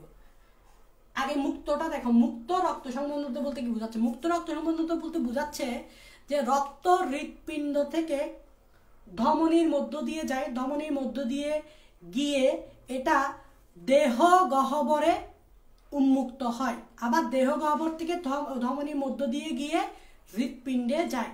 তার মানে এখানে রক্ত শুধুমাত্র রক্ত বাহিকাতে নাই, মানে শুধুমাত্র ধমনী শিরাতে নাই, দেহ গহ্বরে প্রবেশ করতেছে এবং বিভিন্ন সেলে প্রবেশ করতেছে। রক্ত কিন্তু সেলের কন্ট্যাক্টে আসতেছে, খেয়াল করবা, রক্ত কিন্তু এখানে ওপেন হয়ে যাচ্ছে, মানে রক্ত শুধুমাত্র ধমনী শিরার মধ্য দিয়ে গিয়ে হৃৎপিণ্ডে যাচ্ছে না, রক্ত হৃৎপিণ্ড থেকে ধমনী শিরার মধ্য গিয়ে দেহ গহ্বরে চলে যাচ্ছে, মানে বডিতে যে সেলগুলো থাকে সেলে রক্ত প্রবেশ করে ফেলতেছে, সিলোমে প্রবেশ করে ফেলতেছে, দেহ গহ্বরে প্রবেশ করে ফেলতেছে, মানে এটা ওপেন হয়ে গেছে। এটাই বুঝাইতে যাচ্ছে মুক্ত। তাহলে মুক্ত সংবহনতন্ত্রকে যদি আমি একটু এভাবে বুঝাই, তাহলে এভাবে লিখবা, দেখো মুক্ত সংবহনতন্ত্র বলতে কি বুঝাচ্ছে, এখানে রক্ত থাকবে, রক্তর অপর নাম এখানে এই রক্ত, এই ধরনের রক্তকে হিমোলিম্ফো বলে, একটু খেয়াল করো, এই ধরনের রক্তকে হিমোলিম্ফো বলে। তারপর এখানে কি থাকবে, রক্ত থাকবে, তারপর এখানে যে জিনিসটা থাকবে সেটা হচ্ছে পৃষ্ঠীয় বাহিকা, পৃষ্ঠীয় বাহিকা, তারপর এখানে থাকবে কোনটা, সেটা হচ্ছে হিমোসিল, তারপর এখানে থাকবে হিমোসিল। তার মানে তুমি দেখো, তুমি যখন মুক্ত রক্ত সংবহন তত্ত্ব বুঝতে যাবা তখন এই তিনটা জিনিস তোমার লাগবে। একটা হচ্ছে রক্ত তো লাগবেই, রক্তের অপর নাম কি, হিমোলিম্ফ, মুক্ত রক্ত সংবহন তন্ত্রে। তারপর যেটা লাগবে সেটা হচ্ছে পৃষ্ঠীয় বাহিকা, তারপর হচ্ছে হিমোসিল। হিমোসিল মানে কি, হিম মানে হচ্ছে রক্ত, সিল মানে হচ্ছে গহ্বর, এটাকে বলা হয় রক্তপূর্ণ দেহ গহ্বর। এটাকে কি বলা হয়, রক্তে পূর্ণ দেহ গহ্বর। তাহলে হিমোসিল মানে কি, হিম, হিম মানে রক্ত, সিল মানে হচ্ছে সিলম মানে গহ্বর, তাহলে হিমোসিল মানে হচ্ছে রক্তে পূর্ণ দেহ গহ্বর। এই তিনটা জিনিস মিলে হচ্ছে মুক্ত। আবার পৃষ্ঠবাহিকা দেখো, পৃষ্ঠবাহিকা দুই ধরনের, একটা হচ্ছে হৃদযন্ত্র, মানে আমরা যে হৃৎপিণ্ড বলি না ওইটা, আরেকটা হচ্ছে অ্যাওয়ার্টা। অ্যাওয়ার্টা মানে কি, ধমনী। তার মানে যাদের রক্ত সংবহন হচ্ছে মুক্ত, তাদের যে পৃষ্ঠবাহিকা থাকে ওইটা টু টাইপস, মানে দুইটা জিনিস মিলে পৃষ্ঠবাহিকাটা হয়, একটা হচ্ছে হৃদযন্ত্র আর একটা হচ্ছে অ্যাওয়ার্টা। অ্যাওয়ার্টা মানে হচ্ছে ধমনী, বুঝা গেছে। আর হিমোসিল মানে হচ্ছে কি, দেহ গহ্বর। তার মানে তুমি দেখো তো, ধরো রক্ত মানে হিমোলিম্ফ, রক্তটা হৃদযন্ত্র থেকে অ্যাওয়ার্টা দিয়ে হিমোসিলে প্রবেশ করতেছে। ঘটনা হচ্ছে এরকম যে রক্ত, খেয়াল করো, রক্ত বা হিমোলিম্ফ হৃদযন্ত্র থেকে অ্যাওয়ার্টা দিয়ে কোথায় প্রবেশ করতেছে, হিমোসিলে প্রবেশ করতেছে, মানে দেহ গহ্বরে প্রবেশ করতেছে। তাহলে রক্ত দেহ গহ্বরে মুক্ত হয়ে গেছে না, তাই এটা হচ্ছে মুক্ত, ঠিক আছে। আচ্ছা, এটা কি হিমোলিম্ফ কেন বলে বুঝো, হিমোলিম্ফ, আমি এটাকে রক্ত দিয়ে অবলিক দিয়ে হিমোলিম্ফ দিছি, এখন আমি মুক্তটাই বলতেছি, বদ্ধটা বলতেছি একটু পর, আমি এখানে বক্তটা মুছেই দিই। হিমোলিম্ফ কেন বলে বুঝো, হিমোলিম্ফ মানে কি জানো, হিমোলিম্ফ, এটাকে আবার অবলিক দিয়ে আমি রক্ত বলতেছি। দেখো হিম মানে হচ্ছে, হিম তো বুঝো, লিম্ফ মানে কি, লিম্ফ মানে হচ্ছে লসিকার মতো দেখতে, লসিকার মতো দেখতে একটা তরল পদার্থ। লিম্ফ মানে কি, লসিকা চিনো না, লসিকা হলুদ বর্ণের, লসিকার মতো দেখতে একটা তরল পদার্থ, যেটাকে বলে ইন্টারস্টিশিয়াল, বানানটা একটু দেখি, চেক করি, ইন্টারস্টিশিয়াল, ইন্টারস্টিশিয়াল, হ্যাঁ ঠিক আছে, ইন্টারস্টিশিয়াল ফ্লুইড। এটার সাথে যখন ব্লাড মিক্স থাকে, তার মানে এই ধরনের রক্ত বলতে কি বোঝাচ্ছে, এখানে ব্লাড থাকবে এবং ব্লাডের সাথে একটা ফ্লুইড থাকবে যেটা লসিকার মতো দেখতে, সেটা হচ্ছে interstitial fluid. Interstitial fluid plus blood equal to haemolymph. এটা কোথায় থাকে, মুক্ত রক্ত সংবহন তন্ত্রে থাকে। তাহলে যাদের মুক্ত রক্ত সংবহন তন্ত্র, তাদের ক্ষেত্রে রক্ত হৃদযন্ত্র থেকে অ্যাওয়ার্টা দিয়ে গিয়ে দেহ গহ্বরে উন্মুক্ত হয়। যেহেতু এটা দেহ গহ্বরে রক্ত প্রবেশ করতেছে, তাহলে রক্তটা ওপেন হয়ে গেছে, দ্যাটস ওয়াই এটা হচ্ছে মুক্ত রক্ত সংবহন তন্ত্র। আশা করি বুঝতে পারছো, ঠিক আছে। আর হিমোলিম্ফ কেন বলতেছে রক্তকে আবার মুক্ত রক্ত, কারণ এই ধরনের রক্তে নো হিমোগ্লোবিন, হিমোগ্লোবিন তো থাকেই না, এখানে জাস্ট ব্লাড থাকে এবং ব্লাডের সাথে একটা লিম্ফ থাকে। লিম্ফ মানে হচ্ছে লসিকার মতো দেখতে একটা তরল পদার্থ, যেটাকে ইন্টারস্টিশিয়াল ফ্লুইড বলে। বুঝা গেছে? দ্যাটস ওয়াই এটাকে হিমোলিম্ফ বলে। এগুলো তুমি কোথায় পাবে? এগুলো পাবা তোমার আর্থ্রোপোডা পর্বের পানিতে, ঘাস ফড়িংয়ের রক্ত এরকম। বুঝা গেছে জিনিসটা? ঘাস ফড়িংয়ের রক্ত হচ্ছে কি এরকম তেলাপোকার রক্ত। বুঝা গেছে? এবং ওদের রক্ত সংবহনতন্ত্র হচ্ছে মুক্ত। ওটা দেখাবো কারা রক্ত সংবহনতন্ত্র, মুক্ত রক্ত সংবহনতন্ত্র কোন পর্বের প্রাণী, এগুলো আমি বলবো, সমস্যা নেই। তো এটা আশা করি বুঝতে পারছো। এবার আসো বদ্ধটা কি। রক্ত সংবহনতন্ত্র বদ্ধ, ওই যে বদ্ধ আমি কি বলছি সেটা হচ্ছে রক্ত শুধুমাত্র হৃদযন্ত্র আর ধমনী শিরার মধ্য দিয়েই প্রবাহিত হয়, কোনো দেহ গহ্বরে উন্মুক্ত হয় না, ওইটাই হচ্ছে বদ্ধ। তাহলে বদ্ধ অর্থে তুমি এটা বলতে পারো, বদ্ধতে হৃৎপিণ্ড থাকবে, বা আমরা যেটা বলি হৃৎপিণ্ড থাকবে, তারপর রক্ত থাকবে, কি থাকবে? রক্ত থাকবে, হৃৎপিণ্ড থাকবে, তারপর রক্তবাহিকা থাকবে, কোনো দেহ গহ্বর থাকবে না, কোনো দেহ গহ্বরে রক্ত প্রবেশ করবে না। তাহলে দেখো রক্ত হৃৎপিণ্ড থেকে রক্ত যাচ্ছে, গিয়ে কোনটার মধ্য দিয়ে যাচ্ছে? দেখো এই রক্ত হৃৎপিণ্ড থেকে রক্তবাহিকার মধ্য দিয়ে যাচ্ছে, রক্তবাহিকার মধ্য দিয়ে গিয়ে আবার রক্তবাহিকার মধ্য দিয়ে হৃৎপিণ্ডে ফেরত আসতেছে। এখানে কোনো আমি হিমোসিল লিখছি, কোনো দেহ গহ্বর লিখছি? তাহলে রক্ত এই ক্ষেত্রে কখনো দেহ গহ্বরে উন্মুক্ত হচ্ছে না। দ্যাটস ওয়াই এই ধরনের রক্তকে বলে বদ্ধ রক্ত সংবহন। যেমন আমরা মানুষ, দেখো মানুষের ক্ষেত্রে কি লিখছি? বদ্ধ ধরনের। এখানে কোনো হিমোসিল নাই, মানে এখানে কোনো দেহ গহ্বরে রক্ত উন্মুক্ত হবে না। রক্ত সবসময় হৃৎপিণ্ড থেকে ধমনী শিরার মধ্য দিয়ে যাওয়া আসা করবে। বুঝা গেছে? আশা করি বুঝতে পারছো যে রক্ত সংবহনতন্ত্র কি। আর একটা হচ্ছে তোমরা দেখবা অর্ধমুক্ত রক্ত সংবহনতন্ত্র, তাই না?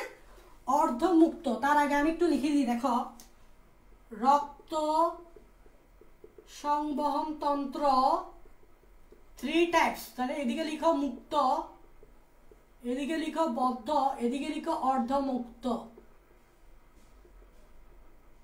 দেখো রক্ত সংবহনতন্ত্র 3 টাইপস যদি আমি বলি, মুক্ত কারা, বদ্ধ কারা, অর্ধমুক্ত কারা। অর্ধমুক্ত হচ্ছে মলাস্কা। মলাস্কা পর্বের প্রাণীরা ওদের রক্ত সংবহনতন্ত্র হচ্ছে অর্ধমুক্ত। মানে কি? মানে হচ্ছে এদের যে দেহ গহ্বরটা আছে, দেহ গহ্বরটা খুবই শর্ট।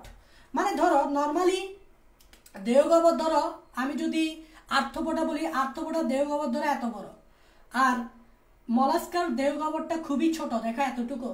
এই জন্য এটাকে অর্ধমুক্ত বলে, মানে এটা পুরোপুরি ওপেন না। খেয়াল করো এই যে দেহ গহ্বরটা তো খুবই ছোট না, তো ছোট থাকাতে ওখানের ভিতর দিয়ে বেশি রক্ত যেতে পারে না। দ্যাটস ওয়াই এটাকে অর্ধমুক্ত বলতেছে, সিলমটা খুবই ছোট। ওকে, তো অর্ধমুক্ত পর্বের প্রাণী কারা? মলাস্কা। বদ্ধ কারা? বদ্ধ হচ্ছে অ্যানিলিডা, আর একটা হচ্ছে কর্ডাটা। এই কর্ডাটা আর অ্যানিলিডা পর্বের প্রাণীদের রক্ত সংবহন হচ্ছে বদ্ধ। আর মুক্ত কাদের? মুক্ত হচ্ছে আর্থ্রোপোডা, জাস্ট আর্থ্রোপোডা। আর্থ্রোপোডা মানে কি? তেলাপোকা, ঘাস ফড়িং, এগুলো আর কি। তাহলে এই 4টা জাস্ট মনে রাখবা, তাহলে নৈর্ব্যক্তিক আসলে তুমি আনসার করতে পারবা। অর্ধমুক্ত হচ্ছে মলাস্কা, বদ্ধ হচ্ছে অ্যানিলিডা আর কর্ডাটা, আর মুক্ত হচ্ছে আর্থ্রোপোডা। তাহলে ভাই বাকিগুলা কই গেছে? বাকিগুলাতে রক্ত সংবহন থাকে না। তাহলে এখানে লিখো বাকি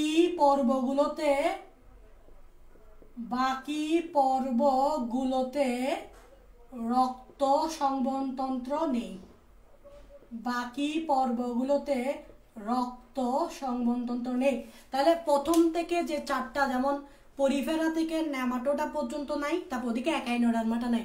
মানে এই 1 2 3 4, তাই না? 4টা না, 1 2 3 4, এই 4টা বাদে বাকি যে 5টা আছে, ওই 5টাতে কোনো রক্ত সংবহনতন্ত্র নাই। তাই মুক্ত হওয়ার কোনো প্রশ্ন আসে না, বদ্ধ হওয়ার কোনো প্রশ্ন আসে না, অর্ধমুক্ত হওয়ার কোনো প্রশ্ন আসে না। বুঝা গেছে? তো এখান থেকে যদি কোয়েশ্চেন আসে পারবা না যে নিচের কোন পর্বের প্রাণীর রক্ত সংবহনতন্ত্র কোন টাইপসের, এই জাস্ট এই লাইনটা মনে রাখবা, তাহলে পেরে যাবা। এবার আসো, এখানে একটা কাহিনী আছে। আমি একটু আগে একটা তোমাদেরকে তোমাদেরকে একটু আগে একটা পোস্ট দিয়েছিলাম, খেয়াল করছো যে অক্টোপাসের রক্ত সংবন্ধন কি ধরনের, তারপর নিচে কমেন্টে একটা ক্লু দিয়ে দিয়েছিলাম যে অক্টোপাস হচ্ছে মলাস্কা পর্বের প্রাণী। তাহলে তুমি বলো মলাস্কা পর্বের প্রাণী হচ্ছে অর্ধমুক্ত, তাহলে অক্টোপাস যদি মলাস্কা পর্বের প্রাণী হয় তাহলে তাদের রক্ত সংবহনতন্ত্র কিন্তু অর্ধমুক্ত হবে। তাহলে আনসার হবে কি অর্ধমুক্ত। অনেকে অর্ধমুক্ত দিছে, অনেকে কি দিছে অর্ধমুক্ত দিছে কমেন্টে, আমি কমেন্ট পড়ছি, এখন রিপ্লাই দিই নেই। এখন তোমাদেরকে এই জিনিসটা দিয়ে দিচ্ছি, বলে দিচ্ছি, পরে গ্রুপে বলে দিব। সেটা হচ্ছে মলাস্কা পর্বের প্রাণীর দেখবা 5টা শ্রেণী আছে। খেয়াল করো, মলাস্কা পর্বের প্রাণী তো তোমার অর্ধমুক্ত, তুমি বুঝতেছ, কিন্তু এই মলাস্কা পর্বের প্রাণীর 5টা শ্রেণী আছে। 5টা শ্রেণীর মধ্যে একটা শ্রেণী দেখবা নাম হচ্ছে সেফালোপোডা। সেফালোপোডা এই শ্রেণীটা, সেফালোপোডা শ্রেণীতে কারা কারা থাকে? একটা হচ্ছে অক্টোপাস থাকে, আর একটা হচ্ছে স্কুইডস, ইটিসি। এই দুইটা মনে রাখলেই চলবে, অক্টোপাস আর স্কুইডস। খেয়াল করো, মলাস্কা পর্ব হচ্ছে অর্ধমুক্ত পর্বের প্রাণী। আনসার কি হবে এখন তুমি বের করতে পারবা। মলাস্কা হচ্ছে অর্ধমুক্ত পর্বের প্রাণী, তো স্বাভাবিক অক্টোপাস স্কুইডস যেহেতু মলাস্কা পর্বের প্রাণী তাদের অর্ধমুক্ত হবে। তবে মলাস্কা পর্বতে 5টা শ্রেণী আছে। 5টা শ্রেণীর মধ্যে নাম কি দেখো, সেফালোপোডা শ্রেণীর যে সকল প্রাণীগুলো থাকে মানে অক্টোপাস স্কুইড তাদের রক্ত সম্বন্ধ হচ্ছে বদ্ধ। তাহলে এখানে লিখো এটা হচ্ছে আমাদের ব্যতিক্রম, এদের রক্ত সম্বন্ধ হচ্ছে বদ্ধ, তাহলে আনসার হবে বদ্ধ। তাহলে আমি যে অক্টোপাসের রক্ত সম্বন্ধ কি হবে প্রশ্নটা দিয়েছিলাম ওখানে আনসার হবে বদ্ধ। কেন? নর্মালি আমি মলাস্কা হওয়াতে এটা অর্ধমুক্ত সবাই বুঝতেছ, অক্টোপাস কিন্তু মলাস্কাতেই থাকে, বদ্ধ হবে অর্ধমুক্ত হবে বুঝতেছ। তবে আমি কি বললাম, মলাস্কাতে 5টা শ্রেণী আছে। 5টা শ্রেণীর মধ্যে সেফালোপোডা শ্রেণী হচ্ছে ব্যতিক্রম, ওখানে যে রক্ত সংবন্ধন আছে ওটা হচ্ছে বদ্ধ। তাহলে আনসার হবে অক্টোপাসের রক্ত সংবন্ধন হচ্ছে বদ্ধ, কারণ এটা সেফালোপোডা শ্রেণীর অন্তর্ভুক্ত। আর সেফালোপোডা শ্রেণীর অন্তর্ভুক্ত হচ্ছে ব্যতিক্রম, কারণ এখানে রক্ত সংবন্ধন তো অর্ধমুক্ত না, মুক্ত না, সেটা হচ্ছে বদ্ধ। বুঝা গেছে?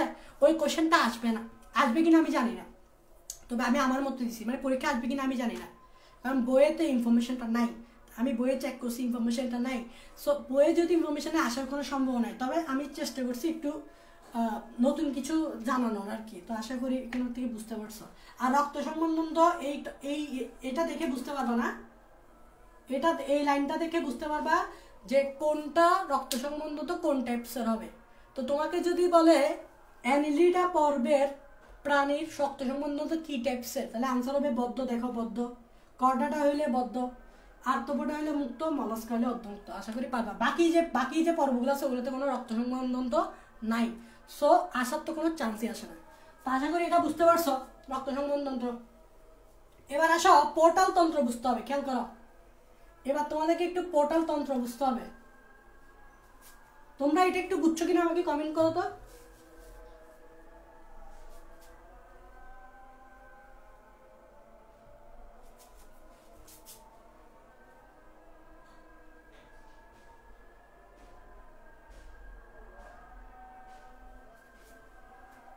এটা বুঝছো কিনা একটু কমেন্ট করো।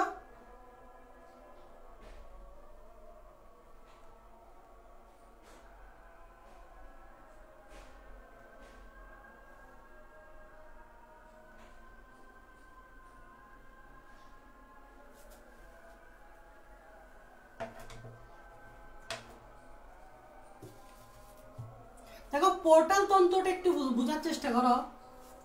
দেখো যারা কর্ডাটা পর্বে বৈশিষ্ট্য থাকবে তাদের রক্ত সম্বন্ধে পোর্টাল তন্ত্র বিদ্যমান। পোর্টাল তন্ত্রটা একটু বুঝতে হবে না। দেখো পোর্টাল সংবহনটা কি, এখানে দেখো পোর্টাল সংবহন জিনিসটা কি।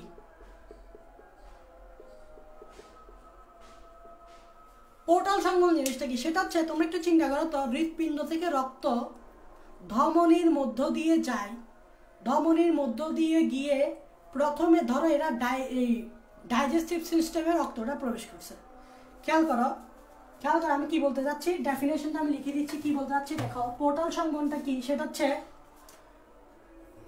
হৃৎপিণ্ড থেকে রক্ত, খেয়াল করো, হৃৎপিণ্ড থেকে রক্ত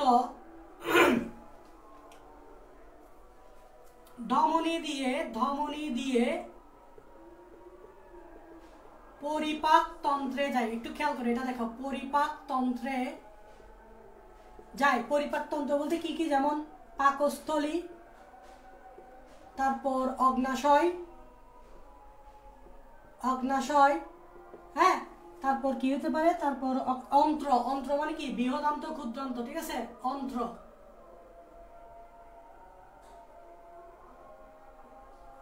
তার মানে খেয়াল করো, হৃৎপিণ্ড থেকে রক্ত ধমনী দিয়ে পরিপাক তন্ত্রে যায়। খেয়াল করছো, হৃৎপিণ্ড থেকে রক্ত কোথায় যাচ্ছে, পরিপাক তন্ত্রে যাচ্ছে। সেটা পাকস্থলী, অন্ত্র হইতে পারে। এবং ওখানে গিয়ে তারা খাবার, রক্ত থেকে যে খাবার আছে না, ওই খাবার যেগুলো আছে ওগুলা দূষিত যে খাবারগুলো আছে ওগুলো নিবে। তার মানে একটা জিনিস খেয়াল করো, যে ওখানে কোষের ভিতর তো কি ঘটে, বর্জ্য পদার্থ তৈরি হয়, তো ওগুলো রক্ততে আসবে। তাহলে খেয়াল করো, ওই যে পরিপাকতন্ত্রে যায় এবং ওখানে রক্তজালক থেকে রক্ত একটা শিরা মধ্য দিয়ে যায়। শিরাটার নাম কি, শিরাটার নাম হচ্ছে হেপাটিক পোর্টাল শিরা। খেয়াল করো, আমি এটা চিত্রের মাধ্যমে বুঝাবো, তাহলে আরো বুঝবা। দেখো, হেপাটিক পোর্টাল শিরা, আমি এটাকে চিত্রের মাধ্যমে বুঝাবো, বুঝবা। খেয়াল করো, যায় এবং ওখানে যে রক্তজালক আছে, রক্তজালক থেকে রক্ত হেপাটিক পোর্টাল শিরা দিয়ে যাবে।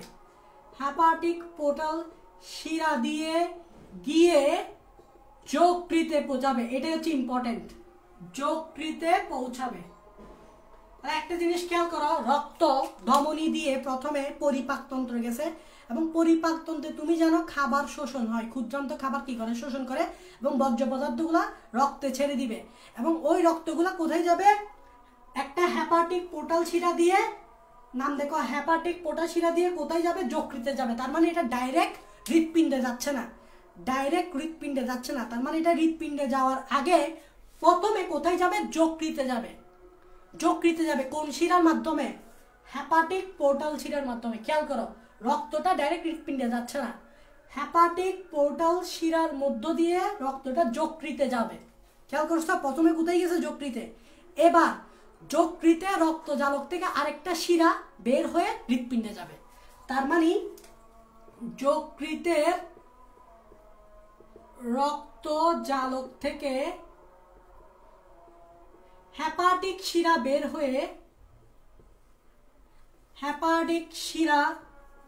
হয়ে রক্ত হৃৎপিণ্ডে পৌঁছাবে। এটা আমরা একটু ফিগার দেখবো, ফিগার দেখলে বুঝে যাবা। রক্ত হৃৎপিণ্ডে পৌঁছাবে।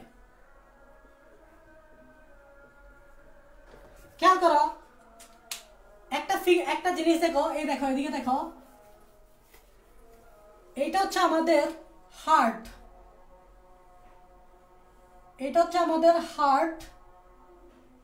এবং হার্টের ঠিক একটু নিচে এটা হচ্ছে আমাদের লিভার,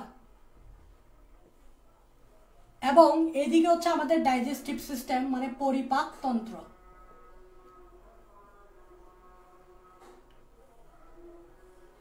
তাহলে দেখো, হার্ট থেকে রক্ত ধমনী দিয়ে, খেয়াল করো, এটা হচ্ছে আমাদের ধমনী।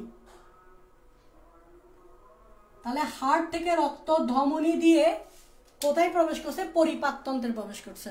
এবং পরিপাকতন্ত্রে কি হয়, ঘটে, এই যে খাবার শোষণ ঘটে, যেমন ক্ষুদ্রান্ত খাবার শোষণ ঘটে এবং দূষিত যে বর্জ্য পদার্থগুলো থাকে এগুলো রক্তে আসে এবং এখান থেকে রক্তজালক সৃষ্টি হয়ে একটা শিরা বের হবে। খেয়াল করো, এখান থেকে একটা শিরা বের হচ্ছে, দেখছো,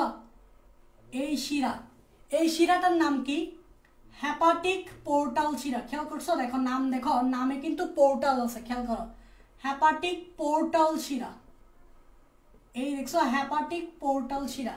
একটা শিরা বের হয়েছে, শিরা বের হয়ে কোথায় যাচ্ছে, লিভারে গেছে। দেখো, লিভারে। তার মানে এখান থেকে শিরার কাজই হচ্ছে কি, অক্সিজেন, দূষিত রক্ত বহন করা। তাহলে দূষিত রক্তটা ডাইরেক্ট হৃৎপিণ্ডে যাচ্ছে না, আগে লিভারে যাচ্ছে। দেখছো, কিসের মাধ্যমে, হেপাটিক পোর্টাল শিরার মাধ্যমে। হেপাটিক কথাটা যেখানে শুনবা সেটা হচ্ছে যকৃতকে বলতেছে। যকৃতের সেলকে বলা হয় হেপাটিক সেল। তাহলে হেপাটিক পোর্টাল শিরা দিয়ে রক্তটা লিভারে প্রবেশ করছে। এবার লিভার থেকে আরেকটা শিরা বের হবে, শিরা বের হয়ে এটা কোথায় যাবে? হৃৎপিণ্ডে যাবে। এই শিরাটার নাম হচ্ছে হেপাটিক শিরা। এটাই হচ্ছে ঘটনা, এটাই হচ্ছে আমাদের ঘটনা। তাহলে দেখো, প্রথমে হার্ট থেকে রক্ত ধমনী দিয়ে পরিপাকতন্ত্রে গেছে, পরিপাকতন্ত্রে খাবার ডাইজেস্ট হয়, ওখান থেকে যে বর্জ্য পদার্থ তৈরি করা হলো রক্ত আসে, রক্তটা হেপাটিক পোর্টাল শিরার মধ্য দিয়ে, নাম দেখো পোর্টাল, দেখছো পোর্টাল, হেপাটিক পোর্টাল শিরার মধ্যে দিয়ে কোথায় যাচ্ছে? ডাইরেক্ট হৃৎপিণ্ডে যাচ্ছে না, আগে কোথায় যাচ্ছে? লিভারে যাচ্ছে। তারপর লিভার থেকে হেপাটিক শিরার মধ্য দিয়ে এটা ডাইরেক্ট হার্টে যাচ্ছে। তাহলে এখানে ঘটনা কি ঘটছে? রক্ত ডাইরেক্ট হৃৎপিণ্ডে যায় না, আগে লিভারে গেছে। এবং কিসের মাধ্যমে? হেপাটিক পোর্টাল শিরার মাধ্যমে। এটাকেই বলা হয় পোর্টাল সংবহন, এটাকেই বলা হয় পোর্টাল সংবহন। আর এই তিনটাকে একত্রে বলে পোর্টাল সংবহন তন্ত্র। এই যে পোর্টাল তন্ত্র বিদ্যমান, এই ঘটনাটা তুমি শুধুমাত্র কর্ডাটা পর্বের প্রাণী, শুধুমাত্র কর্ডাটা না, বিশেষ করে উন্নত কর্ডেটে পাবা, যেমন আমাদের ক্ষেত্রে পাবা, মেরুদণ্ড প্রাণীর ক্ষেত্রে পাবা, উন্নত কর্ডেটে পাওয়া যায়, অনুন্নত কর্ডেটে পাবা না। উন্নত কর্ডেট মানে যারা আমরা মেরুদণ্ড প্রাণী, যেমন আমরা মানুষ, আমাদের ক্ষেত্রে এই পোর্টাল তন্ত্রটা পাবা। এটাই হচ্ছে পোর্টাল তন্ত্র। তো আশা করি পোর্টাল তন্ত্রটা বুঝতে পারছো। ওকে,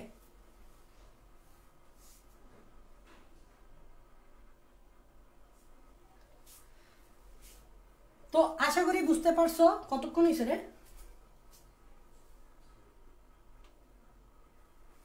7:49, অনেকক্ষণ হয়ে গেছে।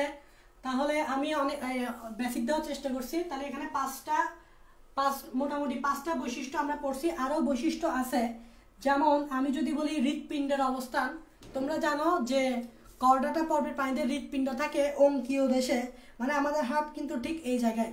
এটা হচ্ছে আমাদের মুখের দিক, মুখের দিক মানে অঙ্কীয় দেশ। এই অঙ্কীয় দেশে কি থাকে? হৃৎপিণ্ড থাকে।